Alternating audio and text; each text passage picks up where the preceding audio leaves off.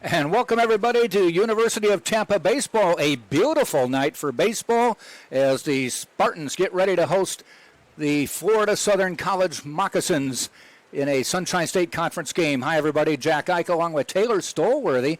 And Taylor, this is a picture-perfect night. We're welcoming back the class of 2006 baseball team. They are national champions from that year. And there's quite a few that showed up for the reunion today. It is reunion baseball day as well, alumni day, but mainly to honor the 2006 squad. So it's good to see so many people out here. It certainly is, and I think that's a big thing as well. It is for this 2006 team, and I'm really happy to see so many of those guys come back. But so many older and even younger Spartan alumni have come home for the weekend to see the new-look Spartans in action. And, you know, a lot of them, they haven't seen the Fred E. Pollock scoreboard yet. Yeah. Some of them, this is their first time back at the Birdcage with the turf renovation. It's great to see all these guys come back, and I know Kurt Urso is also ecstatic to see all of his former players come to town this time of year. Definitely so. So the Spartans, unbeaten in conference play. They come in 12-0, 26-4 overall. Hard to believe they played 30 games already. And they're taking on Florida Southern. They are 6-5 on the season and 16-13 overall on the year. The Spartans will have Robert Satin on the mound. He has just been Mr. Dependable, Mr. Reliable, and Mr. Lights Out. 8-0 record, a 1.61 ERA. I mentioned to you it's ballooned because it was like 102. Well, it wasn't even 102. It was 0.23 before the trip out to Embry-Riddle. Got to give credit, though, to Embry-Riddle. They hit around Robert Satin, giving his lone rough outing of the season, but he still carries a sub-0.3 ERA at home. He has been the definition of elite this season. It's going to be a tough task for the Moccasins to get to him. They do bring a full lineup of right-handed hitters. Okay, the Spartans, as I mentioned, leading the conference 12-0. Eckert and Rollins are in second place. They have 12 wins, but both have 4 losses on the year. The way it works in this conference is there's an odd number of teams in the conference, so every weekend one team does not play conference play. And the Spartans have already had that weekend off. They played non-conference ball then, but that's why some teams are at 16, some teams are at 12. And as a matter of fact, there were games actually yesterday. Every team, 8 of the teams played yesterday. The only ones who didn't were Tampa and Florida Southern. And the logic behind that is they played yesterday. They're playing today. So because Easter is on Sunday, they said if for some reason we get rained out one of those days, we can play Saturday and not have to have people come back on Sunday. There's no rain in the forecast around here. We've got a single game today. We've got a doubleheader scheduled at 1 and 4 tomorrow. Ryan Jenkins will lead off for Florida Southern. 374 average on the year. Satin fires the first pitch, and the lefty is ahead with a strike.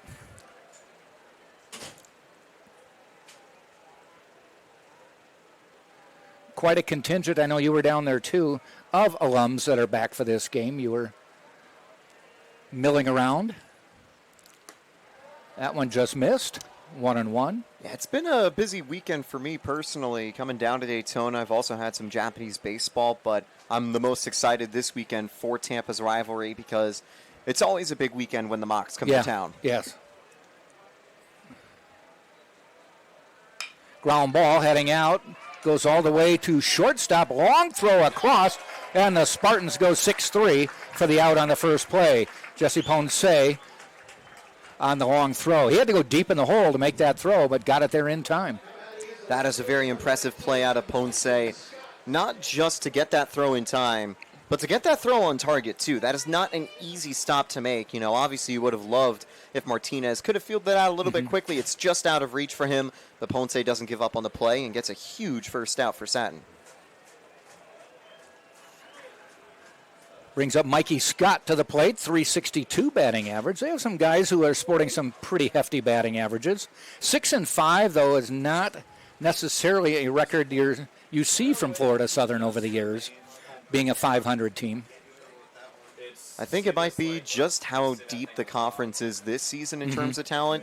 ignoring Tampa at the top, there are a lot of strong teams kind of breaking out this year. I think most notably the Eckerd Tritons have emerged as a top side in the conference in the early goings. Rollins, always a perennial threat. They're also third in the standings, currently, I think, second on tiebreaker or alphabetical order on our sheet. If it is alphabetical order for the regional hosting, it's bad news for Rollins. Yeah, that's true. I'm going alphabetical on the listing here. Actually, their overall record is one game better, so that might be how they made their decision. It really doesn't matter because we're halfway through the season. Yeah, still plenty of baseball to be played. The dog days of the season, if you will. Yes. Perfect night for baseball here in Tampa. It is a bit warm, 86, 87 degrees. I always do the check here. What does it say? 85. That one's hit foul. One thing I'll mention, Jack, the secret tech I've been using for the weather is our ThorGuard system, which determines when the lightning comes to the area, also tracks the weather relative to the Tampa campus. Okay. Now, I live in Palm Harbor, which is almost on the Gulf. We're not on the Gulf, but we're a mile away.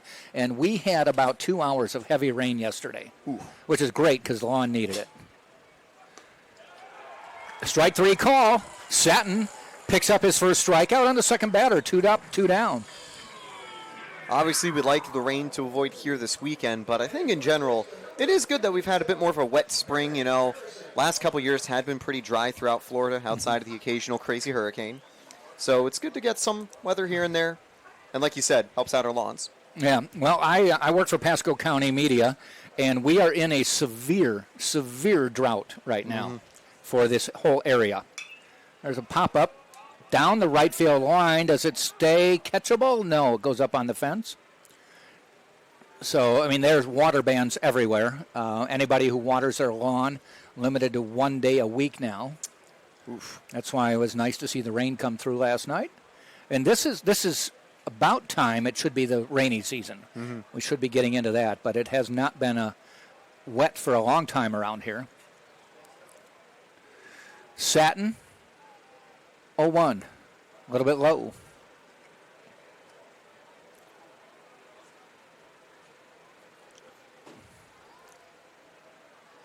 First game of a 3-game series.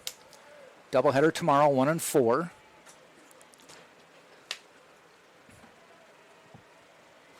The pitch, a little bit low.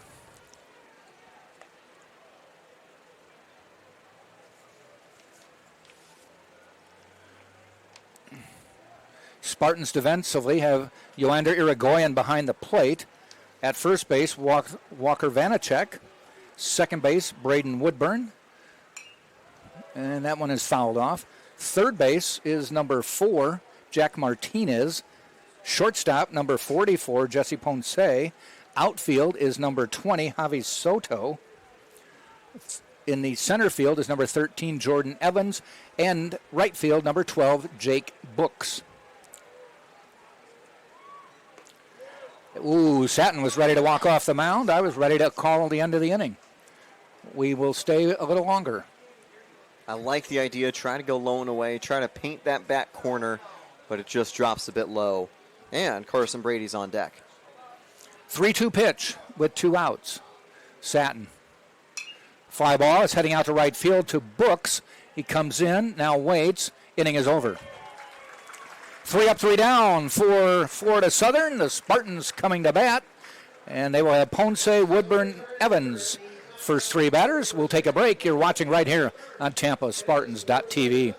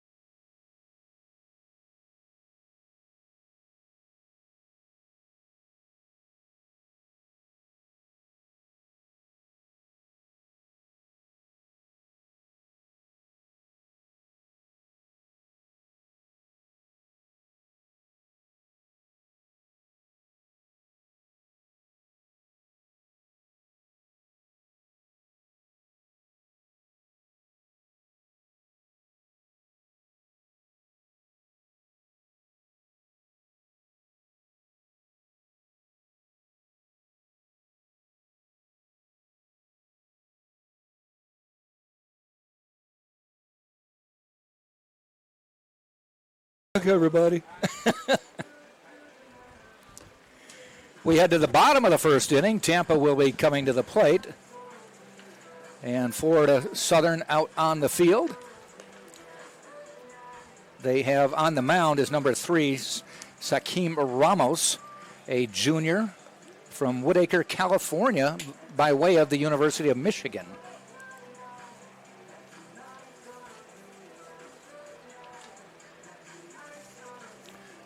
Find some numbers on Ramos here. I got the intern getting me some numbers. You real have quick. the intern? Yep. On the That's good. season. I didn't know if he's taking a long weekend or not. Nah, he's still here. He did enjoy spring break, I reckon. But Ramos is 2-3 with a 4.19 ERA. But don't let the ERA fool you. Very efficient. 52 strikeouts to 7 walks in just 43 innings. It's mainly been BABIP luck that's gone against him. It'll be up to Tampa to keep that trend going, as Ramos has been pretty locked in. All right, we are up to date. Spartans coming to the plate. Jesse Ponce will lead off.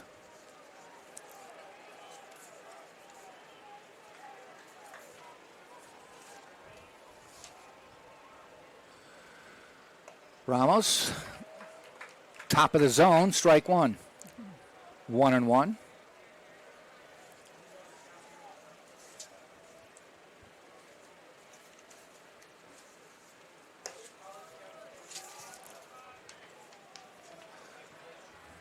Two balls, one strike.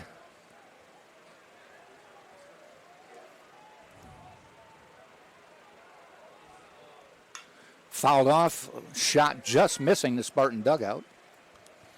Ponce, a 264 hitter, but has an on-base percentage of 414. Yeah, he's been grinding as of late, kind of bringing his numbers back up after a bit of cold stretch through March. Goes down swinging there, one out on the first batter. Brings up Braden Woodburn.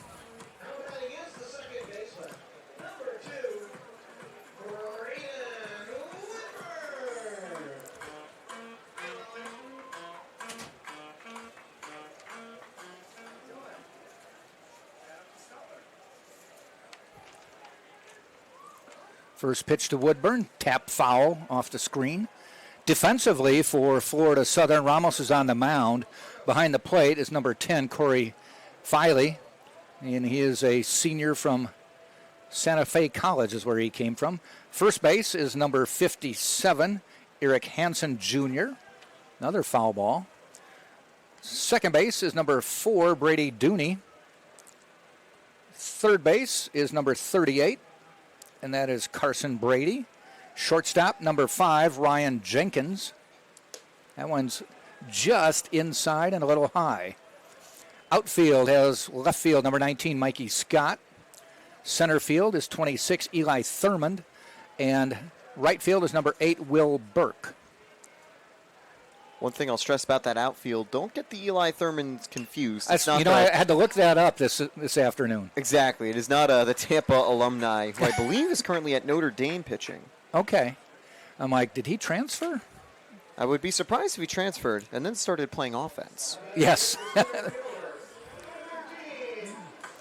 Now just trying to resurrect a new career, maybe. Potentially.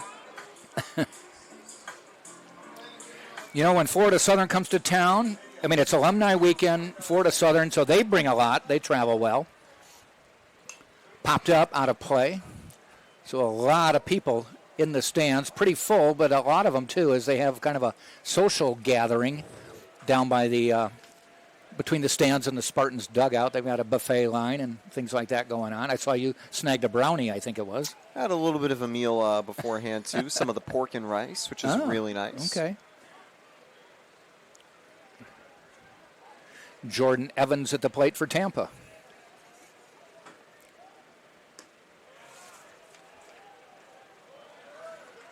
Great season for Evans. He's now over 400 for his average coming off of the Embry-Riddle weekend. Spartans just keep on winning. Two-time defending NCAA champs. And we are going to talk to one of the players from the 06 team 20 years ago, who was the MVP of the Sunshine State Conference and an All-American Sergio Perez will be coming up. There's one hit foul again. 3 balls, 2 strikes with 2 out.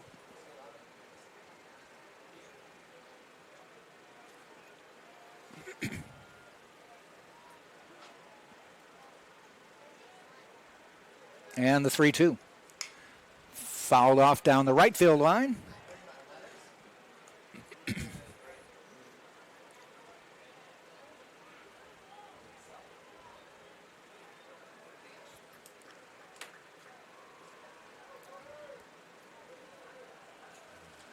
So we'll do the 3-2 again. Ramos sets, fires. Check swing, he went around, strike 3. So both pitchers end their innings on strikeouts. We have played 1, no score, no hits, no errors, nobody left. We played 1 full, 0-0, Tampa and Florida Southern. Will be right back.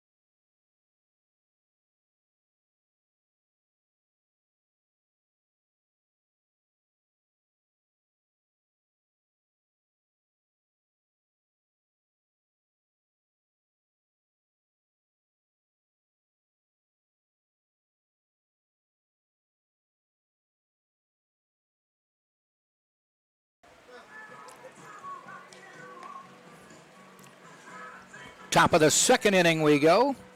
Taylor, they had on the new video board out here, they had Anthony Nunez pitching highlights. The former Spartan had his major league debut with the Baltimore Orioles, 2 innings of shutout baseball in relief.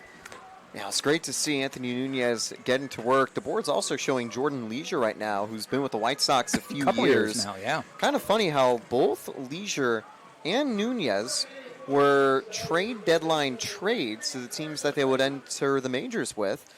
Nunez coming out of the Mets farm system in a deal for Cedric Mullins last offseason, and this year a breakout campaign.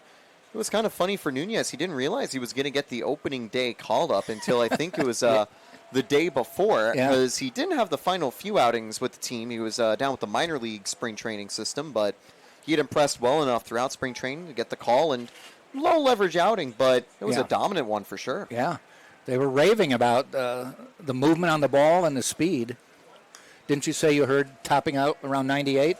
Yeah, I believe that was his max velo, 97, 98. He's gone up to averaging 94 to 96 on that fastball, a little bit faster from his time at Tampa, but it's crazy, for Nunez, a guy who he played 1 season of college and pro baseball before making the move to New York and Baltimore. As a pitcher, he had been exclusively at the hot corner, but all of a sudden, he's a lockdown bullpen arm. Yeah, he became a relief pitcher, and he would be the closer for Tampa 2 seasons ago. He'd come in from third base and pitch. And I looked up his bio, and he had never pitched for Tampa prior to that. He had never pitched in high school prior to that. And I talked to Joe Urso before, and I said, why did he become a pitcher? And he said a scout kind of clued him in on, this guy can throw hard. You maybe take a look at him. So he said, I did. Good thing he did. Strikeout by Satin, so 1 down here in the second. My daughter and I went and saw Anthony Nunez pitch when he was still with the Mets, single A ball, just a year and a half ago. It was late in the season. Got to talk to him after the game. I mean, that's kind of a meteoric rise, because that's low A. Now he's in the majors. Yeah, I mean, once he got the move to Baltimore, he kind of catapulted up from Double-A, where he was with the Mets, up to Triple-A to close out the year. And, he didn't give up a run in spring training, so they said, hey, you know what? Why don't we give him a shot in the bullpen? Yeah.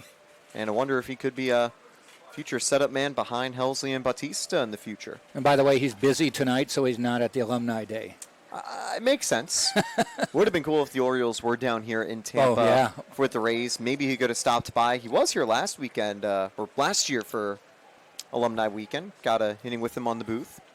Yeah. Ball out to right field. Books waits and makes the easy catch. 2 outs now. Satin very efficient to this point.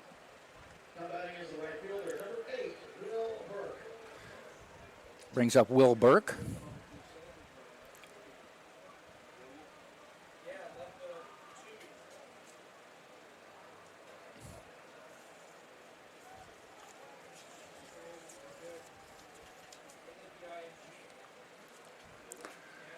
Ball a little low to Burke.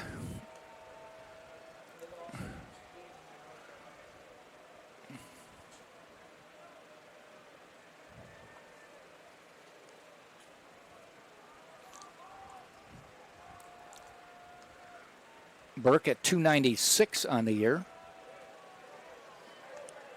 2 balls, no strikes. Burke's been in and out of the lineup, but hitting pretty well in his limited plate appearances. It says 27 at-bats, yeah. Should note, though, hasn't had a chance at a home run nor an RBI yet. Swing and a miss. Fastball from Satin. Wind is blowing in. We can feel it coming straight in on us, so that may knock a few balls down. Correction, you can feel it. Unfortunately, the window is shielding me from that really nice breeze. Here, I'll lean over a little bit so you can feel something here. I would. It's definitely a warmer day up here in the booth. Kind of surprising at 6 p.m. that it is kind of still this humid. That one is fouled off. It says it's out of the east at 9, so not real strong.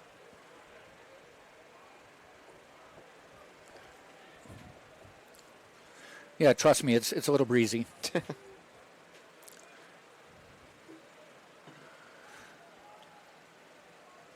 Satin on the 2-2 with 2 outs. Right up the mid. That hit him in the ankle? I think it did. They got the out, but I think that hit Satin in the ankle, and he's down. I was hoping it hit the rubber, but because I heard a pop. He's walking off. Trainer out there. That had to hurt. Well, we'll keep an eye on him. At the end of an inning and a half, still no score. We'll be right back on TampaSpartans.tv.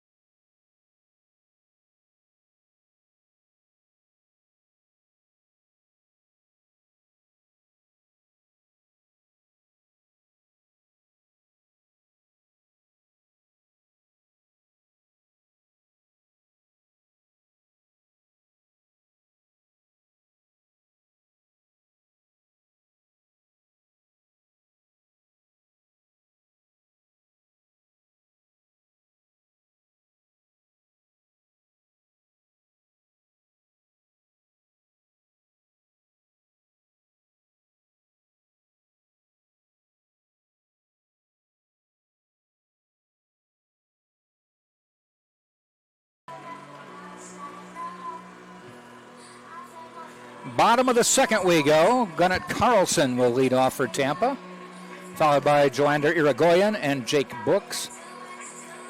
Carlson sporting a .357 average.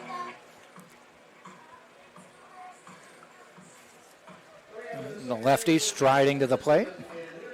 It's a pretty dangerous bottom of the order, even though it's still the middle of the order now for the Spartans. You know, you don't really have a weakness across the Tampa lineup, and Carlson definitely isn't close to one because he has been on a tear as of late. .357 average, and he's starting to pick up more RBIs, 21 on the year. Check swing, but a called strike.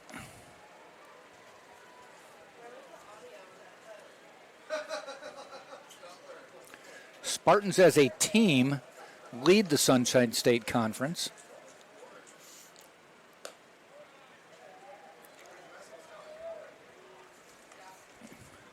Tampa, as a team, this is hard to imagine. As a team, they are .329 on the year.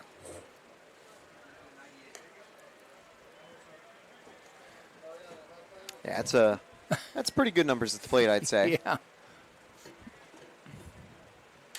2 balls, 1 strike. Carlson waits. Here's the pitch from Ramos. Outside, 2-2, or 3-1, I should say. And if you walk Carlson, you got Irigoyen on deck. And he's only 2 points behind Carlson. Swing and a miss. 3-2.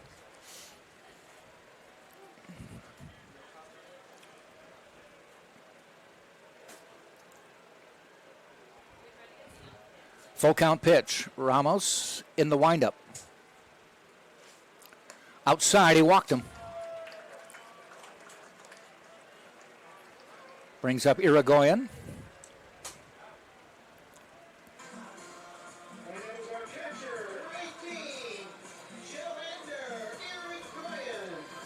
As Taylor mentioned, hitting up there too.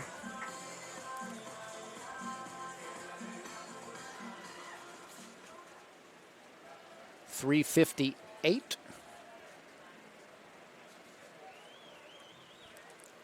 Irigoyen the pitch.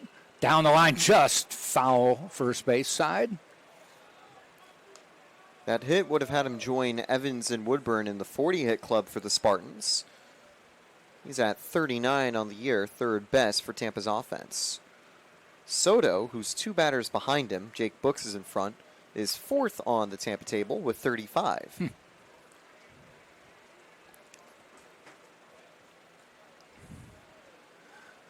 0-1 pitch. That one's hit out into right field. Giving chase is Burke, and it goes foul.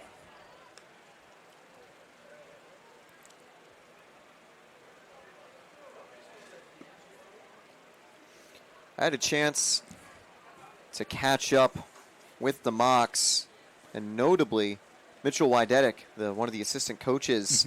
I asked him about the starter tonight, Sachin Ramos, and he said that the team trusts him a lot. He is their Friday night guy, and throughout his numbers and with the way he's been pitching, even though Tampa have worked so long at bats, Ramos has battled well against our really strong offense, so you can see him earning that team's praise, and interesting to see how he deals with the first base runner from either team. Swing and a miss. Irigoyen goes down for the first out. Well, I know you and I have talked on other games about should a team put its best pitcher Friday night against Tampa when Tampa's throwing Satin? Or do you save him for Saturday at some point? I know some teams have almost done the latter to try to wait, but of course, if you get to Saturday, you're taking on B.J. Bailey. Yeah, there's no easy way around it. And thanks to that tough outing last time for Satin, Bailey's actually overtaken him for a 144 season ERA on the year. Although a couple more clean innings from Satin, and he'll reclaim the team lead, if only for 24 hours. Ball outside. Jake Books.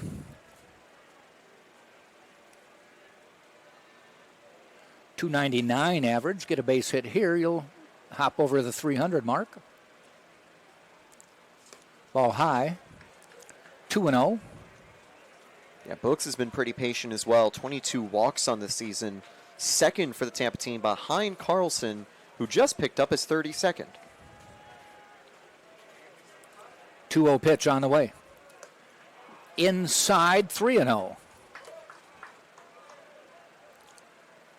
Keep an eye out for Carlson. I think he's got a potential opportunity to get close to Coach Joe Urso's walks record. I know there is one person ahead of Coach Joe, but he's among the Tampa all-time leaders for single-season walks. Walked him in 4 pitches. 2 walks have put runners at first and second. Striding to the plate is Javi Soto. Quick conference on the mound. I guess they want to make sure they know what to do if the ball's hitting the infield. It's the middle infielders are talking. Yeah, if you're Florida Southern, you want to make sure you can turn a double play. Tampa's only hit into 19 of them this season. Weirdly, they've actually had more double plays at the plate than their opponents. Although Tampa also has 90 extra points of batting average, so they've got more people on base to have double plays with.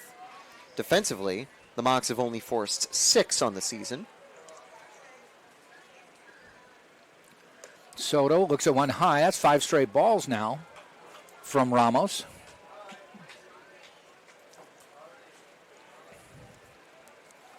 Carlson on second, Books on first, and a mound visit coming up. Didn't see anyone warming up. So. No, just a settle down, son meeting from Rick Odette. Formerly the coach at St. Leo. 2 years now at Florida Southern. This is definitely a younger Florida Southern team. Bit of a retooling year, if you will, for the Mocs. A lot of their star players are a bit younger. Kind of a blessing and a curse. A curse in a way that you might not be the world's most competitive team in such a tough conference. But you also have some pretty good guys that are just getting started and plenty of room to grow. So even if this is a bit of a quieter season, that's going to mean the future is looking bright. And again, like you mentioned, only the start of the Odette tenure.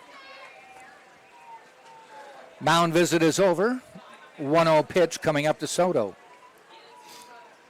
And he goes high again, 2-0.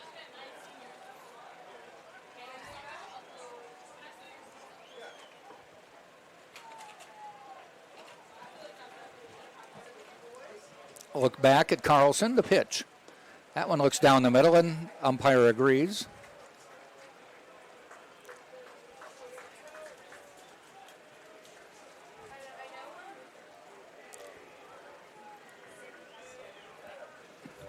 Two one pitch.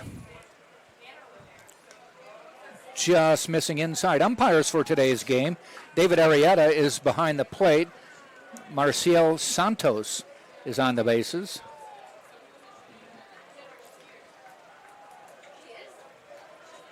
No C.D. Buckner. And no automatic ABS challenges. That one's hit foul. 3 balls, 2 strikes. Really good at bats from the Spartans. They've worked another full count. Third time, actually fourth, no, the only third time they've done so today. Coax 2 walks out of it. We'll add another one.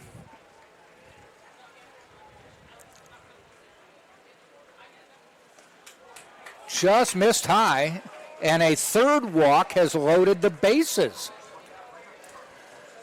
And again, you and I have talked about so many topics, but you really don't want to give Spartans free bases because they usually make you pay. Yeah, and that's the big thing for Tampa. They are a team that is well disciplined. Coach Urso loves just walking and getting on board. He's got people with incredible pop. He's got people with incredible speed. But it's not small ball. It's not long ball. He plays walk ball, almost, if you will. He plays disciplined baseball. And at this level, when you can force errors with people that are still getting grips of command, that is where that system absolutely thrives. It's not a rarity. It's a common occurrence for Tampa to get 8 to 10 walks a game. Walker Vanacek at the plate. First pitch called strike. Bases loaded by walks. 1 out here in the second. We've had a number of games over this year and a number of years where the Spartans have had more runs than hits because they get so many free base runners. I mean, you load the bases here, you get a base hit, 2 runs score, and you've had 1 hit.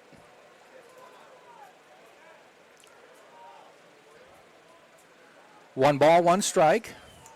Vanacek waits. Ball high. They are in at first and third. Double play depth at second and short. Medium deep in the outfield, but straight away. 2-1. Popped up. Straight up, heading out towards shortstop.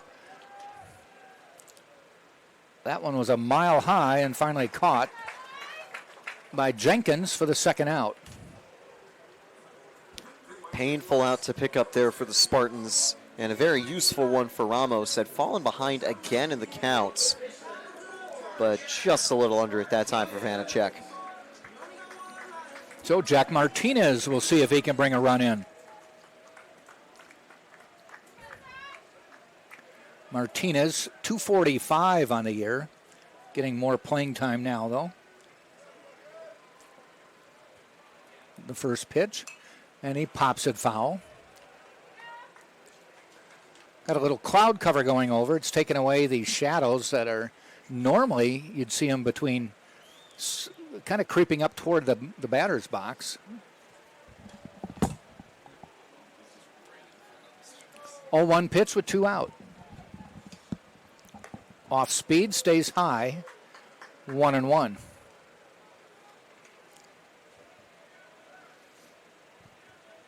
Martinez also doing a good job of getting on base. 6 walks and 6 hit by pitches on the season for 373 on base. That one is popped up center field.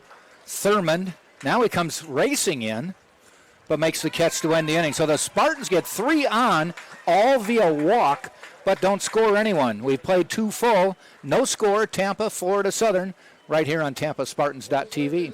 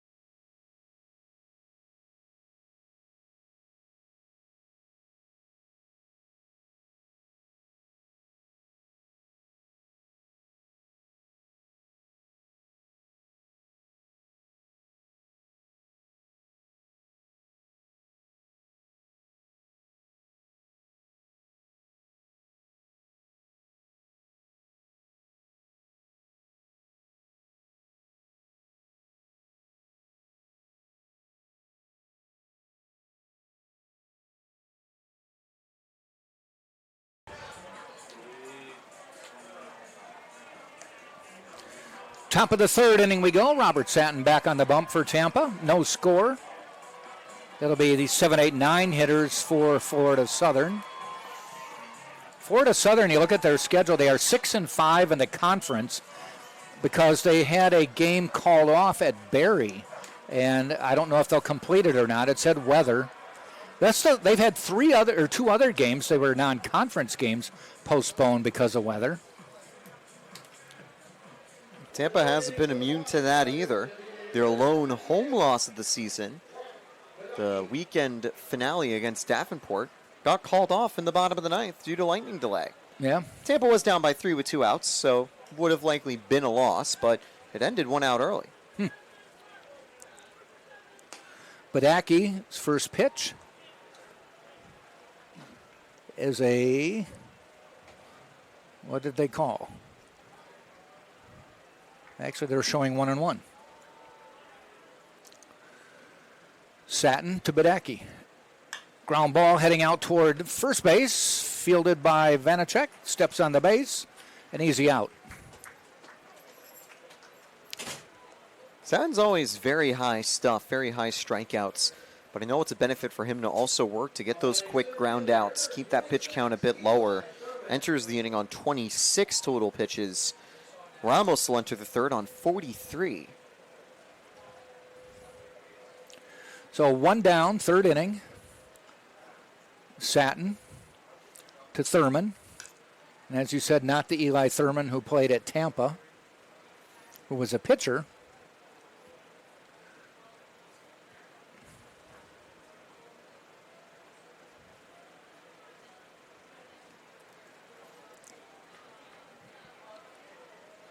One strike pitch. Just missing outside.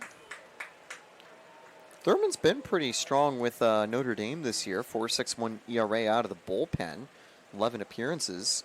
Actually has the most appearances this year for Notre Dame out of any of their pitchers. Ball in the dirt. 2-1.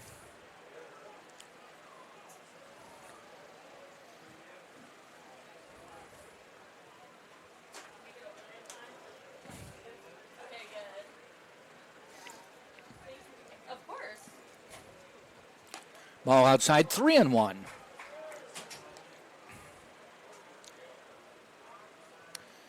If you walk Thurman, you're not in a bad spot. You got the second baseman Dory on deck with the 1-out scenario. Could try to coax a double play ball. And the 3-1. Oh, walked him. Got ahead of him and then lost him. First base runner of the day for Florida Southern.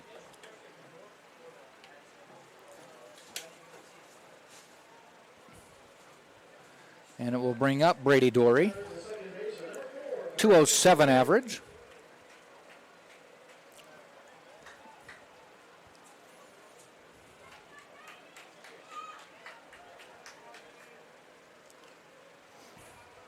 Goes to first, gives him the B move on that one.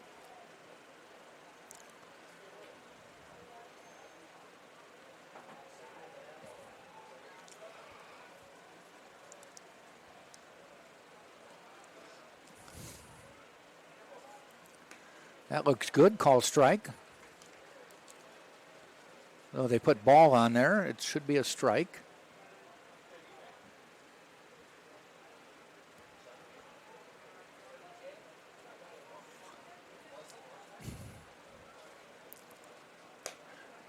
Runner goes. The throw. He's going to beat the throw.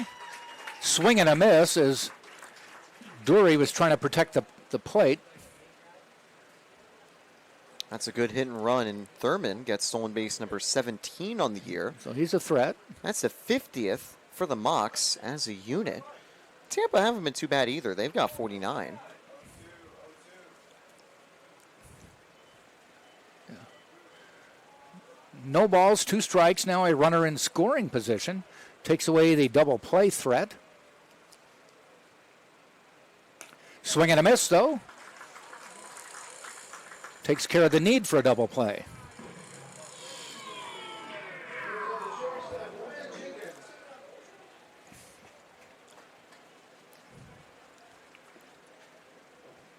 Back to the top of the order, Ryan Jenkins at the plate.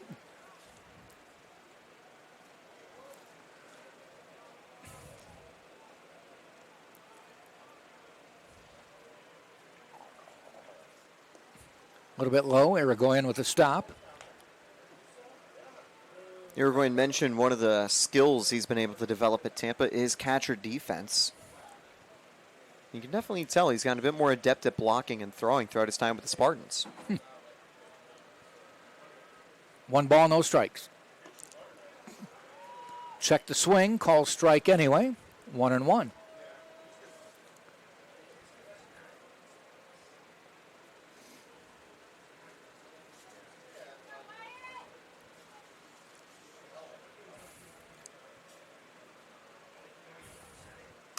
Fly ball, that might go in the gap, giving chase. His Books near the wall.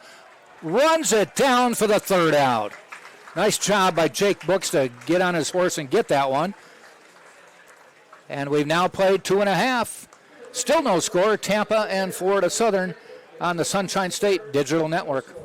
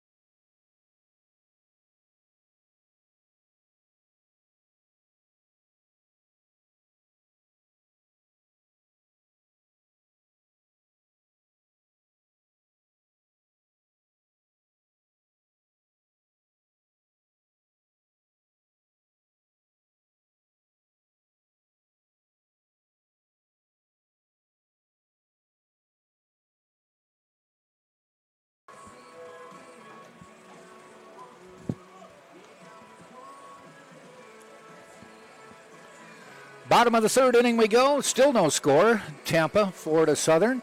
Every base runner who's gotten on today, there have been 4, have gotten on by walking. 3 Spartans walked last inning. They got loaded the bases with 1 out, did not score.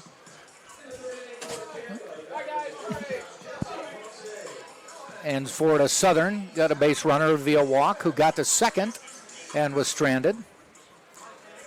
Actually, he was stranded about 10 feet from home plate by the time the ball was caught. I think it's definitely interesting as well. You take a look at Ramos and Satin. Only 6 and 7 walks surrendered each entering the game today. And that's the only way teams have been able to get on board against them, by going after the thing they're the best at preventing.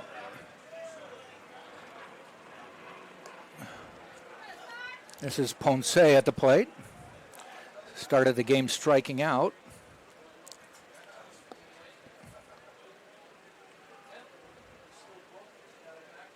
Ball high. And he's gone 3-0. So Ramos had another 3-ball count. 3-0.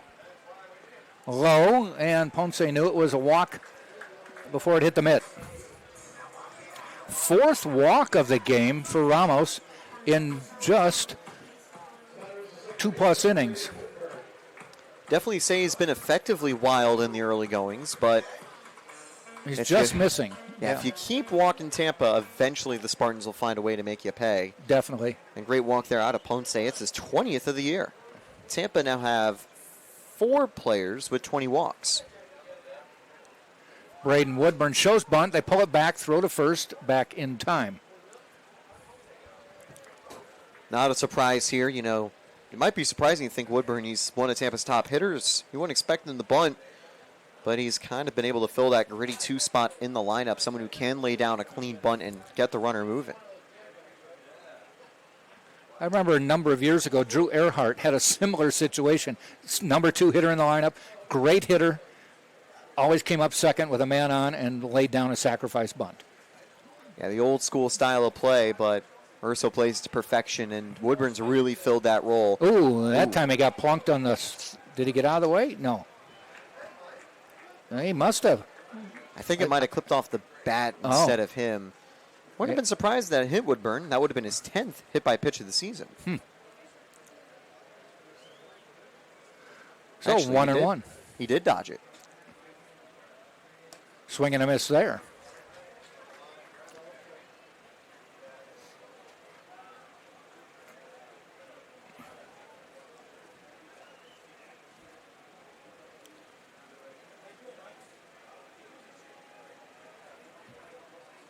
Foul back toward us. Screen saved us. I can tell you're over your experience from a couple years ago. You had a season up in New York where I think you were pummeled by foul balls into the booth, weren't you? There was one that came through. I dodged it, thankfully. I've always been scared of the ball coming right at me. And you were always gun shy anytime it hit the screen. I will say, though, I've got more comfortable with the net and this big window right in front of me. However, there will be one ball that eventually slips through the tiny hole, breaks the window, and gets in. 3-2 pitch, another 3-2 count.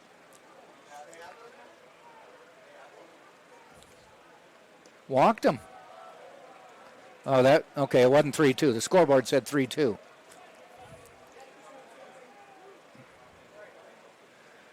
Scoreboard still says 3-2 after that pitch, so we'll assume it's again 3-2. I think it went from 2-2 to 3-2. Okay. Throw over, back. I really like the Tampa plate approach today. You know, they are forcing a lot of pitches early out of Ramos. He's at 47. Over that now because they haven't put Woodburn's at bat on. Again, a throw over. I have a feeling the call is Ponce to steal on the full count. Would make sense. You forced the quick throw from Philly. There was also someone that the assistant coach mentioned. There he goes. Oh, that one hit him. Woodburn's kind of like 3-2. You had to hit me. You couldn't just throw a ball. So it won't go down as a walk, but the Spartans have another base runner without getting a hit. That's their 5th base runner. I wonder if the call for Evans will be to lay down a bunt here, especially because he's got the speed to turn that into a bunt for a hit. Yeah.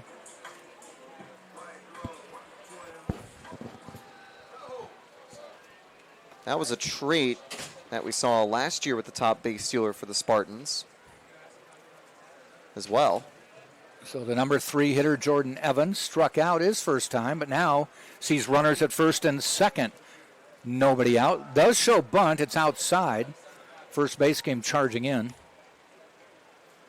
I mentioned that top base stealer, Jordan Williams, and that historic campaign on the base path. Yeah. I wonder if he's here tonight for Alumni Day. I don't think I saw him. No.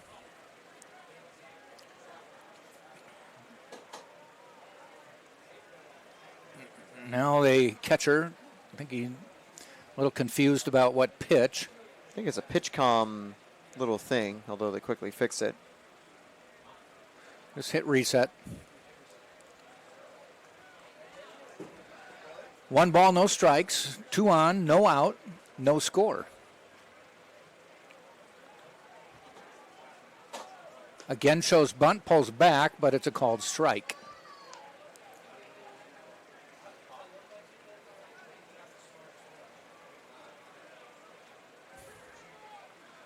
Spartans looking to get on the board this inning. Bases loaded last inning, did not score. 2 on now, and they chase the runner back. Ponce gets chased back to second. Ramos ought to be careful with that late step off. If he gets called with a balk, that's a really dangerous spot for Tampa. The pitch. Tapped foul.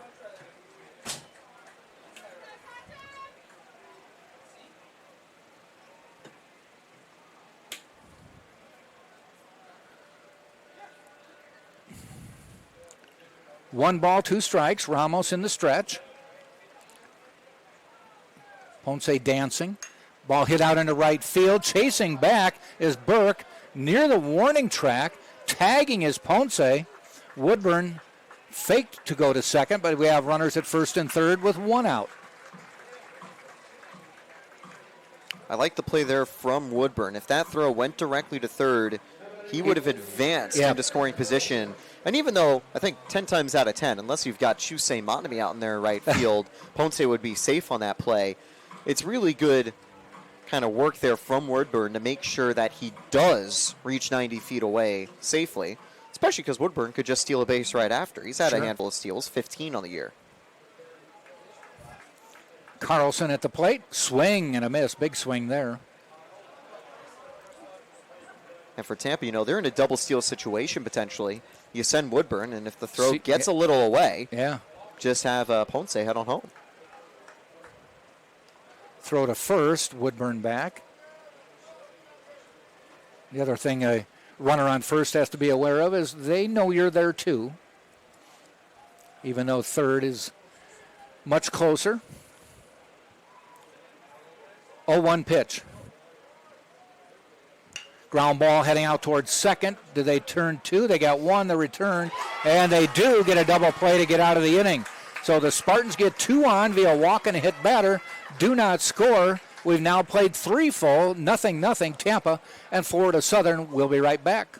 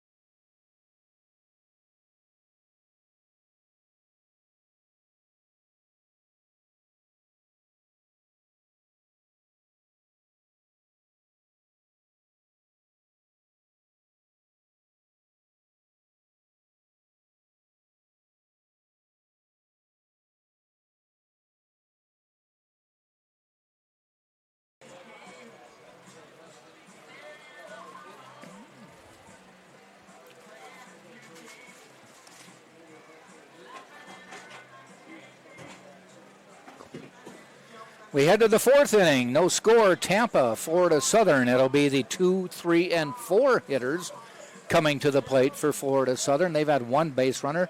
The Spartans have had 5. And now to see if he can get some runs for Tampa, Taylor Stolworthy, take it over. It'll be Satin continuing. Against these three previously, strikeout, flyout, strikeout. And Satin has avoided some of the issues that Ramos has had in terms of base runners, keeping that pitch count low. He is only at 40 in the first three frames. Friday night baseball at the Birdcage, and it will be Mikey Scott getting us started.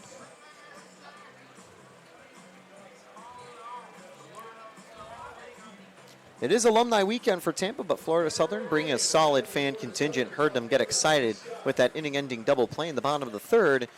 And you know they'll be cheering on Scott and the Mocs as the heart of the order makes a trip to the plate. But first, Scott, who's hitting .362 entering the weekend. He's also gone yard 5 times. Ball 1. The Mocs has had some good power this year at the plate. They've hit 29 home runs as a team. Carson Brady leads the way. Eric Harrison Jr. and Scott tied for second.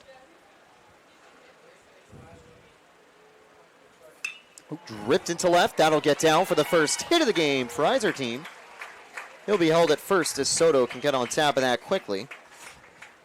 But a clean line drive to get the first base runner that didn't get plunked or drew 4 balls. It was still too early to think about no bids. Here comes Eric Harrison Jr. Yeah, when you get through 4, then you can start to think about it. Exactly. For these guys would more likely be, I'd imagine, combined no bids. Satin would be tricky to go the distance. Ramos doubly so now with that pitch count. Although Ramos still does have 3 no-hit frames, despite the 5 base runners. Scott waiting at first. He is a dual threat, 19 steals on the season. And Satin steps off once more.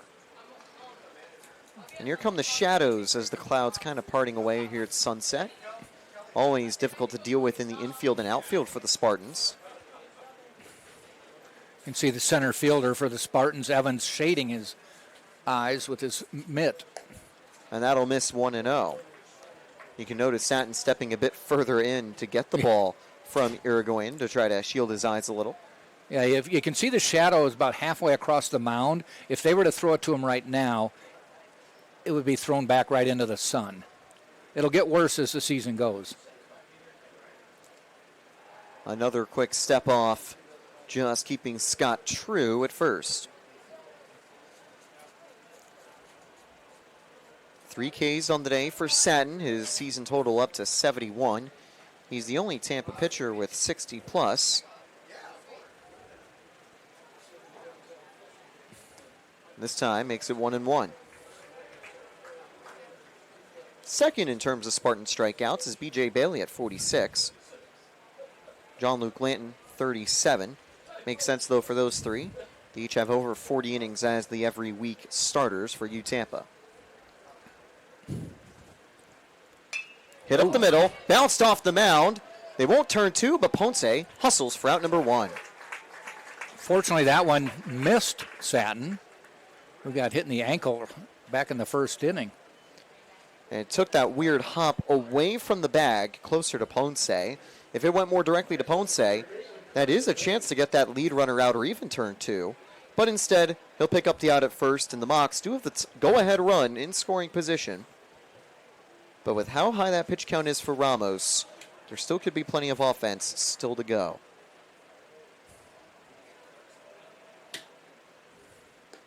Just a little low, ball 1. I was able to check in with Satin pregame, and I asked him, what has he been able to improve upon the most for this season? Well, he said it was his fitness. He was able to trim down some weight. He was able to eat healthier, kind of get better routines. It's all been a process, and it has definitely yielded big results out there on the mound. Definitely imagine that part of the Tampa weight program. We have such a good program here on campus. Yeah. Great gym and great strength and training coaches who've been able to help our Spartan players stay in great shape, not just for baseball, but all Tampa athletic sports.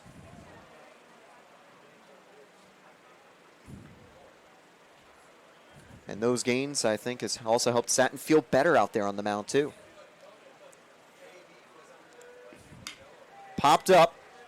Won't be deep enough for a dangerous play. Brooks will make the catch. And they do trust his arm. Yeah. And he just proved why. He had a very nice outfield assist on the run earlier this season. So a wise call from Scott to stay put. 2 away for Satin in the 4th. Corey Philly steps up. He was also a player that Coach Widetic mentioned pre-game. By the way, Coach Widetic, a Tampa native out of Davis Island. So he's back home for the weekend series. When he mentioned that Mikey Scott and Philly, 2 of the better players. They're ones to watch, even if they're not breakout candidates. Both very consistently strong performers. Philly batting 5th. Scott batting 2nd as the count goes 1-0. They're players that the Mocs already trust. But guys that he's expecting to potentially deliver those moments. And what do you know, Scott gets the first hit of the game. Sounds fallen behind against each of the batters today in the 4th. 1-0. Hit to third. Martinez is there. His throw's on target. Inning over. Clean fielding from the Spartans defense after the leadoff single. They'll leave the runner in scoring position. And take us to the bottom of the 4th inning, all level here on the SSC Digital Network.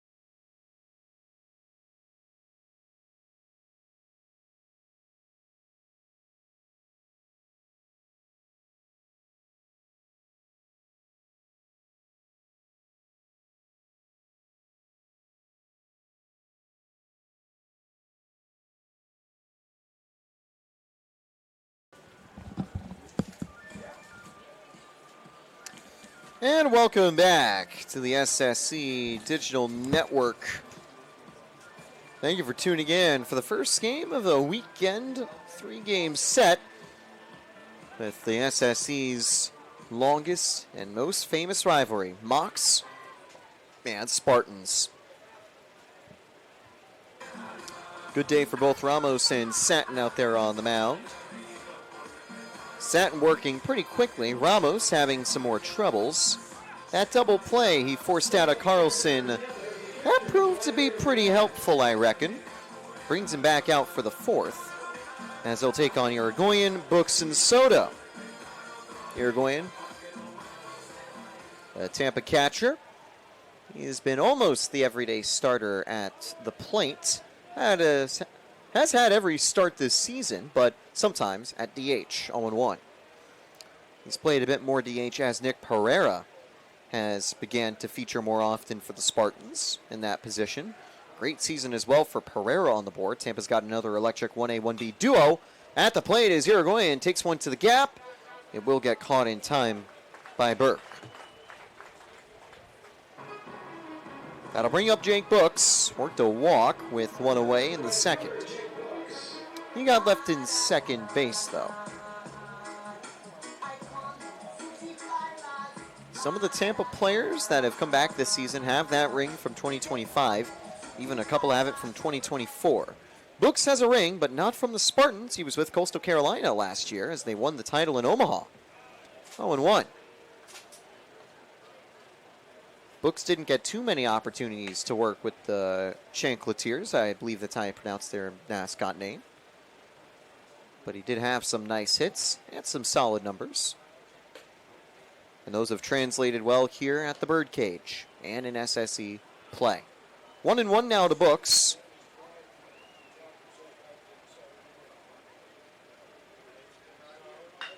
Sharply hit to first, picked up by Harrison Jr., 2 down. And after more of those walks, Ramos getting a bit more comfy, forcing some quick outs from Tampa. Here comes Javi Soto. Ramos getting into groove would be annoying for the Spartans, especially as Tampa's main objective is to try to force the Mocs to the bullpen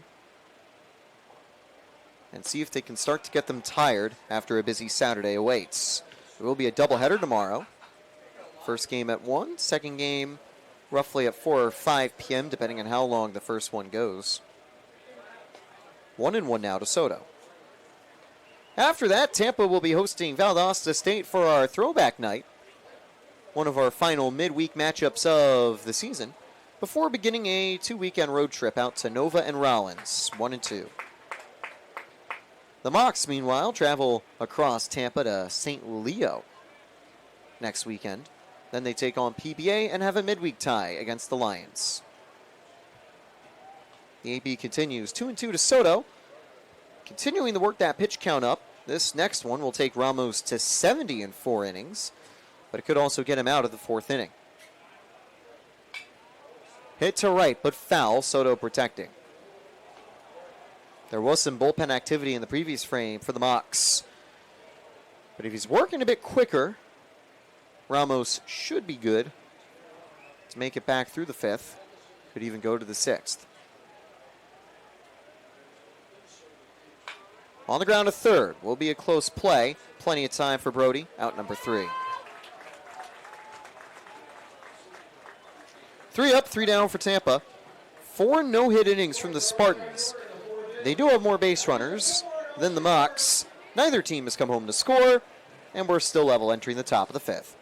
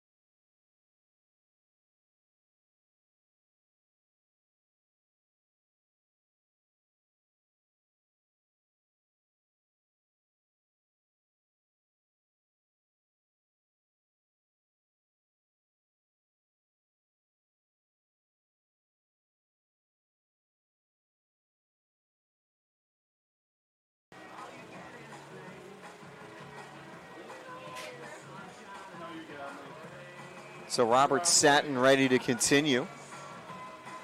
He'll be opening up against Burke, Burdecki, and Thurmond. Are we going to get no hit?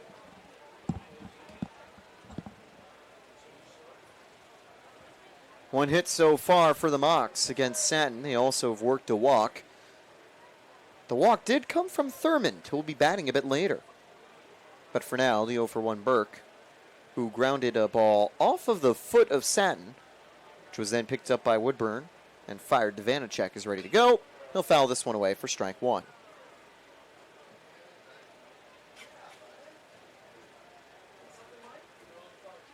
The shadows disappearing again, this time with sunset on the horizon, although the sun continuing to stay out a little bit later as we approach summer.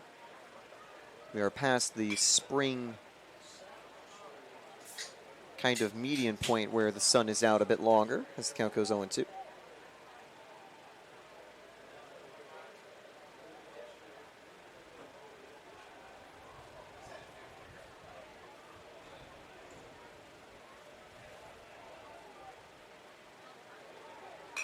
Lined into right, another leadoff single for the Mocs. This time Burke poking it the other way. He'll be kept at first with a 2-strike single. Good job to jump on that one. And to lead off base runner for the Mocs to bring up Burdecki.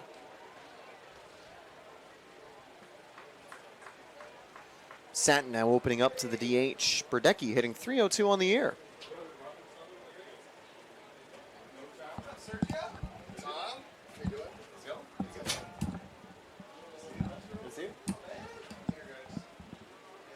First pitch fouled. It'll be strike one to Burdecki.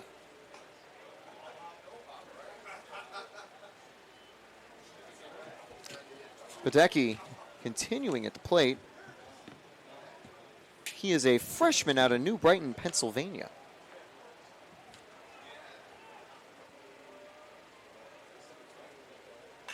Lined up the middle, over the head of Woodburn. That'll fall to books. And they are not going to send the runner to third. A wise hold up. And some back-to-back singles. Not a lot of power, but good placement. Put Satin in a little trouble. A bit of a jam and a chance ball in the early goings of the inning for the Mocs. Wonder if Thurman will lay down a bunt, open up a sacrifice opportunity for Dory. Looks like Martinez and Vanacek playing a little shallower just to cover it.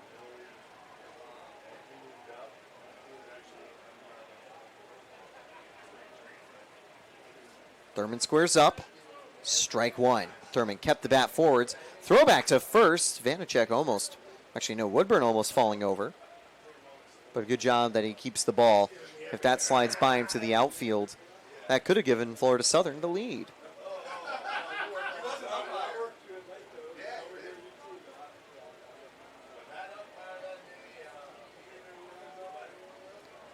Squaring up again, it's Thurman. Thurman gets it down right in front of Irigoyen. Thought about the force at third. However, they weren't covering it, going instead to cover second and first. So it is a successful sacrifice. The big thing for Tampa, they did get an out on the play. Always important just to get a runner. Doesn't matter which one. Well, it does help if you get the lead runner, but not a bad outcome nonetheless. Dory ready to go.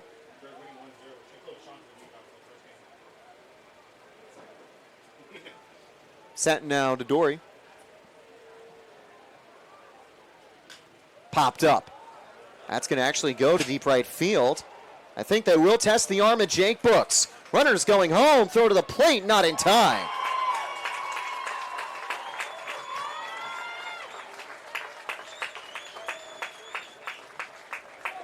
Burdecki stays put at second, but scoring is Burke, and the Mocs lead 1-0. Only the 10th earned run of the campaign for Robert Satin. It comes off of a well-built run from the Mocs. The good news for Satin, though, he gets 2 outs on 2 pitches. So he can quickly cruise through the 5th if he gets out number 3 right here. And that's going to miss low for ball 1.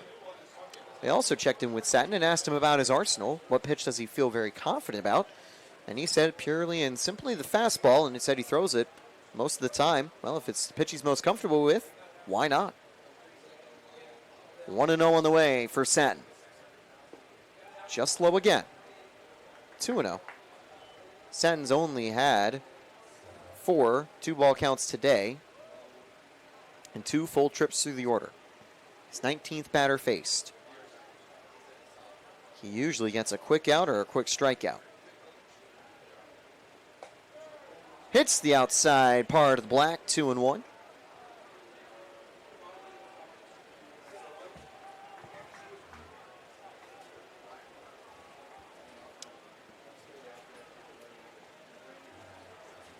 Satin ready to continue. Hit sharply to first. That's going to get through the hole at Woodburn and Vanacek. They do send the runner, and Brooks, not in a good position for the throw, will let him score. Back-to-back RBIs, this time on the 4th hit of the game. Makes it 2-0 Florida Southern. Satin's only conceded 2 runs at most in a home appearance this year. And that will now bring up Mikey Scott with 2 away. Benefit for Satin, though, at least. That runner is kept at first because Brooks did not risk the throw. Runner probably advances if the throw's offline and they don't get the out. Tampa's still hitless, still runless, and now in a deficit. First pitch bounced to Woodburn. They'll read the high hop. Inning over. It's not the way that Satin wanted the inning to go. Some timely hits put the Mocs in the lead on rivalry day number 1, and we'll be back at the bottom of the 5th.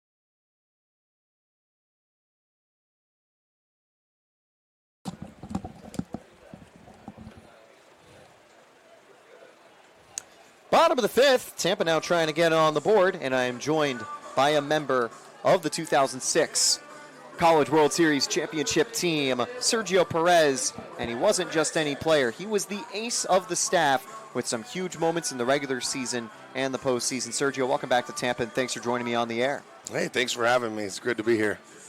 So, kind of looking at that 2006 season, my first question for you, Sergio, what's one of the things you miss most about that group of guys?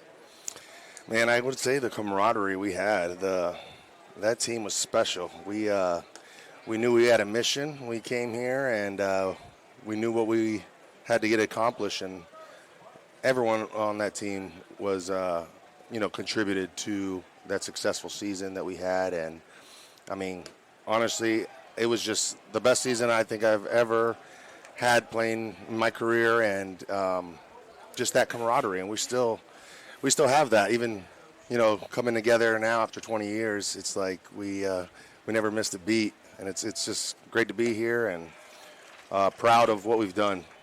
And as Vanacek battles in a 2-2 count, I also kind of wanted to mention as well, it's a great chance to reunite with your old teammates from that team, but also teammates from earlier in your career and other teammates that you never had a chance to play with, but also wore the Spartans colors, as that is going to drop for Tampa's first hit. A potential no-no bid broken up to start the 5th inning as Tampa get their first base knock of the game. But how good is it to be able to catch up with all those guys, but also so many other Spartan veterans throughout the decades and years before and since? Yeah, I mean, coming here is really like seeing family. I mean, my family is here. My mom and my stepdad are here because they were here through that whole journey. But seeing the guys from the past, it's great to see them and coming back and enjoying this moment all together, because that's what it really is here. It's a family, and that's what Joe and Sam and Jose preach, and that's exactly what it feels like on a night like tonight. And 20-plus years on from that national title, that is still the same atmosphere to this day. Yep. What are your thoughts on some of the renovations of the field as well? Obviously a bit different than what it was in 2006. You look out in right center, you see the new Freddie Pollock scoreboard, and, of course, the new turf field a couple years back. Yeah, that was this is amazing. I mean, I was a part of the board that we really kind of put this all together, and I was just so proud that we can show who University of Tampa is, and we are a powerhouse program, and we have the players. There we go. We got another one there. Looped into right field. They'll keep Vanacek at second. And these guys, the way they play, they deserve the best out here, and they're getting it. Scoreboard's beautiful. Mr. Fred Pollock, good friend and supporter, appreciative of everything he's done for this program. But I mean, we always said we're a D1 program, and we're starting to look like it with everything that's going on here. It's always looked like a D1 program on the stat sheet, but now as well with the beautiful campus. New buildings popping up left and right, and even as a student who graduated in 2023, the campus already looks so wildly different to my time here at Tampa. So many cool changes as there's a quick chat for Ramos as he's in his first pinch of the day, apart from having the bases loaded after the chorus of walks. But then taking a look back at the 2006 season as a whole, want to look at the playoffs, at the national championship. A big look at last season in Major League Baseball was Yoshinobu Yamamoto. Game 6, goes 6 innings. He comes back the next day, fires 2 1/3 out of the bullpen to win the World Series. Well, he had 7 in the semifinal to send Tampa to the national championship. And then, when Tampa took the lead in extras, they called on you in the 10th inning as the bunt is missed by Ponce. 1 out, and it's a free out for the Mocs. Painful for the Spartans. Here comes Woodburn. But you talk me through like your memories of that outing, off of 1 day of rest, coming in clutch for the Spartans out of the bullpen to close the door on a national title. Yeah, that was a special day, honestly. I know my brother even came in, and he was at the Air Force getting him out and coming to the game. We had family, friends, everyone there, and it was just amazing what we did that day. Like, a lot of people don't really understand why this is such a special team. You work all year to get to where we're at. We're there, and we're actually, facing a deficit, but with 2 strikes, 2 outs, twice, to come back and win it all, it's pretty amazing. I mean, like you were saying about the World Series, I mean, that was an amazing ride that they had, but the guys stepped up, and watching that game recently, I noticed that everyone really contributed to that game. I mean, if you didn't get the hit, the defense was there. If you weren't, we were just picking each other up. And I remember, and I see a good buddy of mine, teammate Chris Whitney there. I remember that last inning that we were down 2 strikes, 2 outs twice, and we were just like, this ain't gonna happen. This is I think we even said a little prayer in the dugout together, because we just know we were gonna win this thing. And guys coming off the bench, pinch hitting, and just coming back in tight. It was incredible. Full count now for Woodburn, and that's resiliency that was prevalent in 2006. And even in recent years, Tampa have had some similar runs, down to their final outs, trailing late in the game. 2025 had some Cinderella moments like that. And while the 2025 World Series had a slightly less anticlimactic finish because Tampa did take the lead, and then it was Cole Russo just completely sealing the deal with that big grand slam. But still awesome moments nonetheless. But always one thing to Tampa, they're a team that never says die. Yeah, definitely. That was an exciting series. We were watching it we were on a thread, so we were like watching this online and having our kids now watch, hey, this is what Tampa's all about. You're going to get to the World Series, and you have an opportunity to win it. And no matter what adversity they went through, which was a lot throughout that series, they never gave up, and they fought till the end and, came up on top. So as we continue, Ramos with the bases loaded, he will get the chance to get out of the jam, but you do imagine if Tampa puts 1 on the board or even ties the game or even scores 3, it will be curtains for the Mocs ace. He was carrying a no-no into this inning, and a no-no is something you've had some experience with, Sergio. Talk us through that no-hitter against the Bucks. Oh, yeah, it was a fun game. Actually, sorry to interrupt you. A deep fly ball for Evans. This will bring a run home potentially. There goes one. We got it. It is the second out of the inning for Ramos, and it is now 2-1. And now back to the no-no. No, that was a fun game. I mean, honestly, you have to just go back and watch because I didn't remember much of it. I just remembered getting to the 7th, 8th. No one was talking to me. I realized, okay, what's going on here? But just the cushion that they gave me, too. I mean, you have one of those nights where everything is on. And, J.R. Hop was catching me that day, and we had a really good chemistry that day. But he just goes and hits a grand slam. And I think Jose and Lee, they gave me enough runs that I can go out there and do my thing. And it was an amazing game, amazing moment in my career. And I'm just very grateful that I got to experience with all these guys together because it wasn't just my no-no. It was like the teams because everyone did contribute to that. I remember Troy Ferguson in first or second inning. Things are going on and special things are happening. He makes just a diving catch out of nowhere in right field. That would have been the hit that cost me. And for him to put himself on the line and make that catch, it's like, oh man, this could happen. Especially that early too. Yeah, it was great. So having my team back there and having a good day, it was just an amazing moment, and I'm very grateful for that. I'd say even better than good. Great because of the 15 strikeouts. Do you remember what pitch was working for you the best in those at-bats, do you think? Yeah, man. I mean, the days like that, it's just like, seems like everything is working. And when you got a couple good plays, you're throwing strikes, obviously, and everything's working. And I let my defense work, and the 15 strikeouts, I mean, that's great and all. And it was fun. But, yeah, I think the last 3 outs, I was just feeling it, and I was getting every call, every play behind me, and I kind of knew, and I think this is going to happen. And yeah, great moment. And I'm just glad I could share that with my teammates. It's a great part of the season, on top of everything. Yeah, just the kind of the cherry on top of what was an incredible 2006 and an incredible tenure you had with the Spartans. Yeah, it was a great time here, and I cherish every moment. 1-2 now to Carlson, a high leverage moment. They tried to hit and run previous pitch. Swing and a miss on the corner. A big escape for Ramos, getting strikeout number 4. Surely that'll be day done for the Mocs ace. Tampa breaks up the no-no. They break up a shutout, but they are trailing through 5 complete innings as Robert Satin makes his way back out to the mound. And we'll keep chatting, keep talking when we come back at the top of the 6th.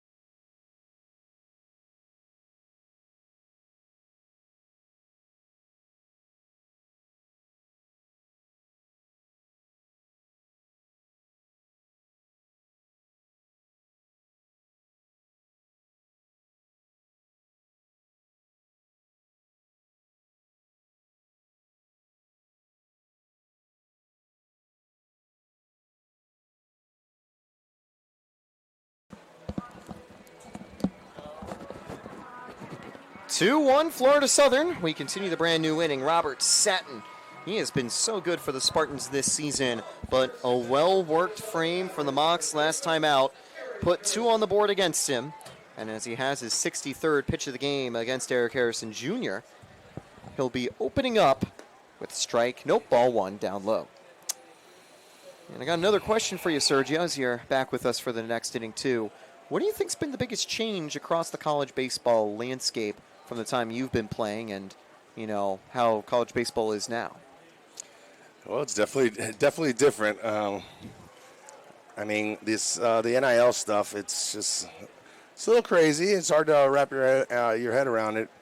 But one thing that I kind of have pride in is, knowing where you come from. And being a Tampa boy and then coming to University of Tampa, I couldn't see myself, jumping around, going to other places, because we all have a goal here, and it's to come to Tampa, win a national championship, and add to the legacy. Yeah, exactly. So that's something that maybe has changed now with all this the portal and everything, but it's I'm an old school guy, so I kind of I really appreciate the loyalty and everything, and when you have a family environment like we have here, why would you want to go anywhere else? Exactly.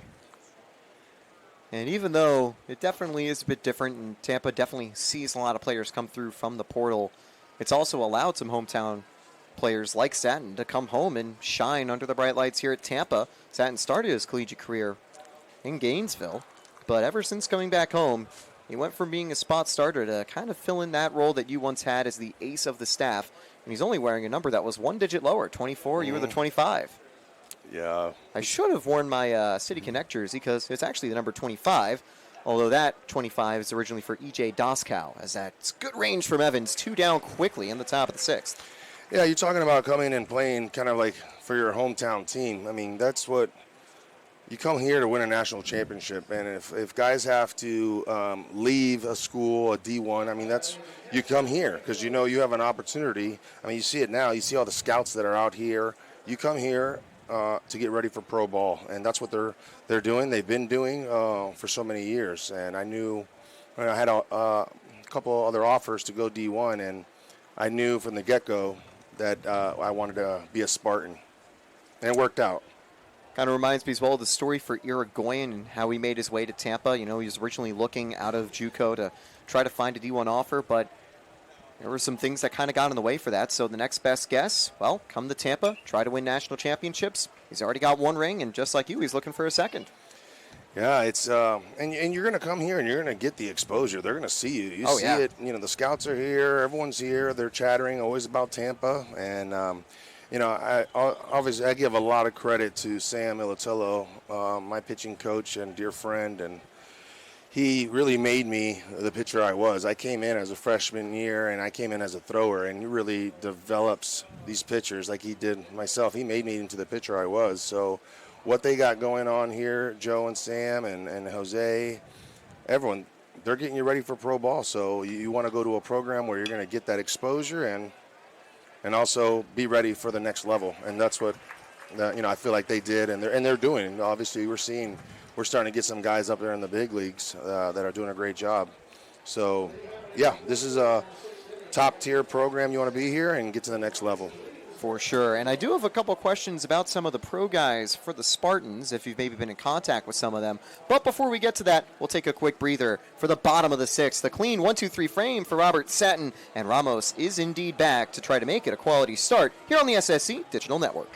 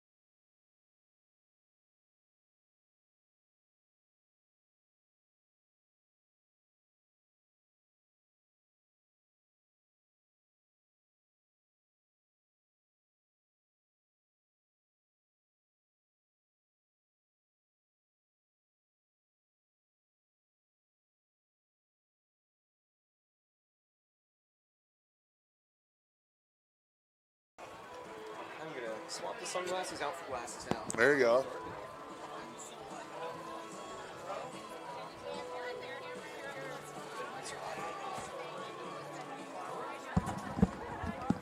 So continuing for inning number 6, he was running quickly out of the dugout is Sachem Ramos. What an outing he has had for the Mocs.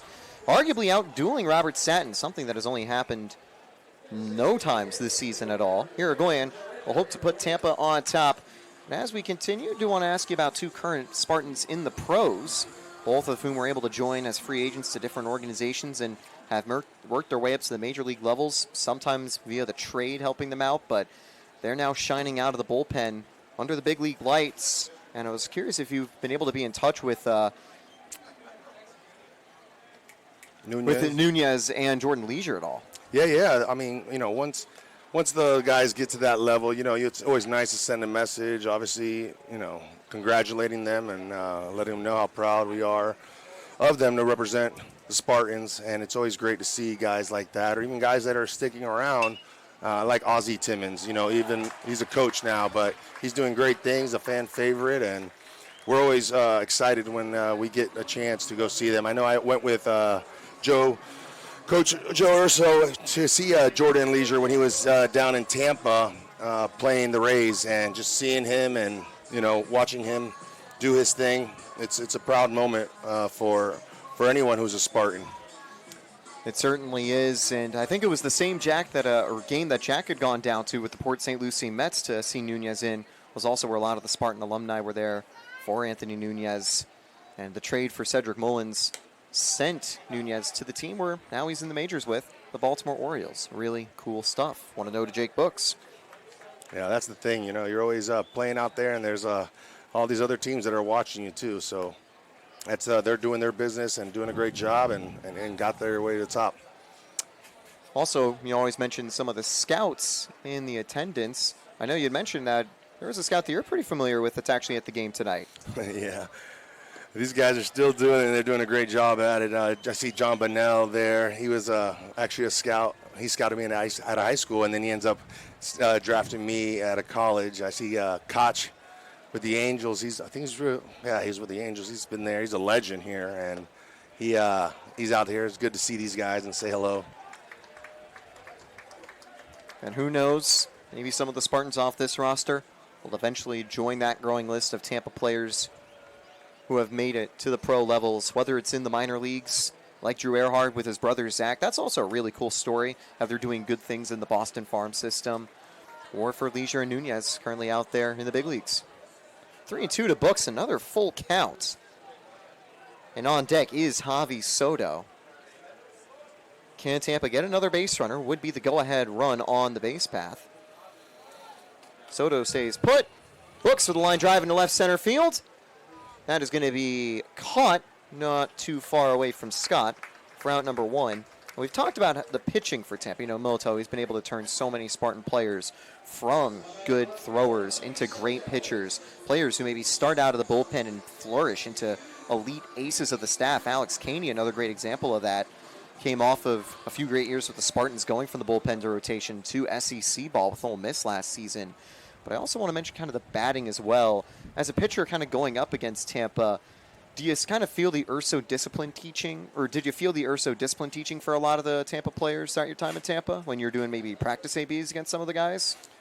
Yeah, man, these guys, what Urso does here, and he is, and they say there's coaches out there and different styles. I mean, he's a player's coach, and, he has a relationship with all these guys, and they trust, what the plan is and what you come here to Tampa for, and it's worked out. I mean, that's why you have these guys playing so hard behind them, because they see his passion and what he's trying to accomplish, and it's been a really amazing what he's done. He's a legend. Joe and Sam together have just really marked their spot in Spartan history, and we're glad here to get everyone together, and it's like back in 2006. It's like they're doing a great thing, and we're just happy here to be a part of it.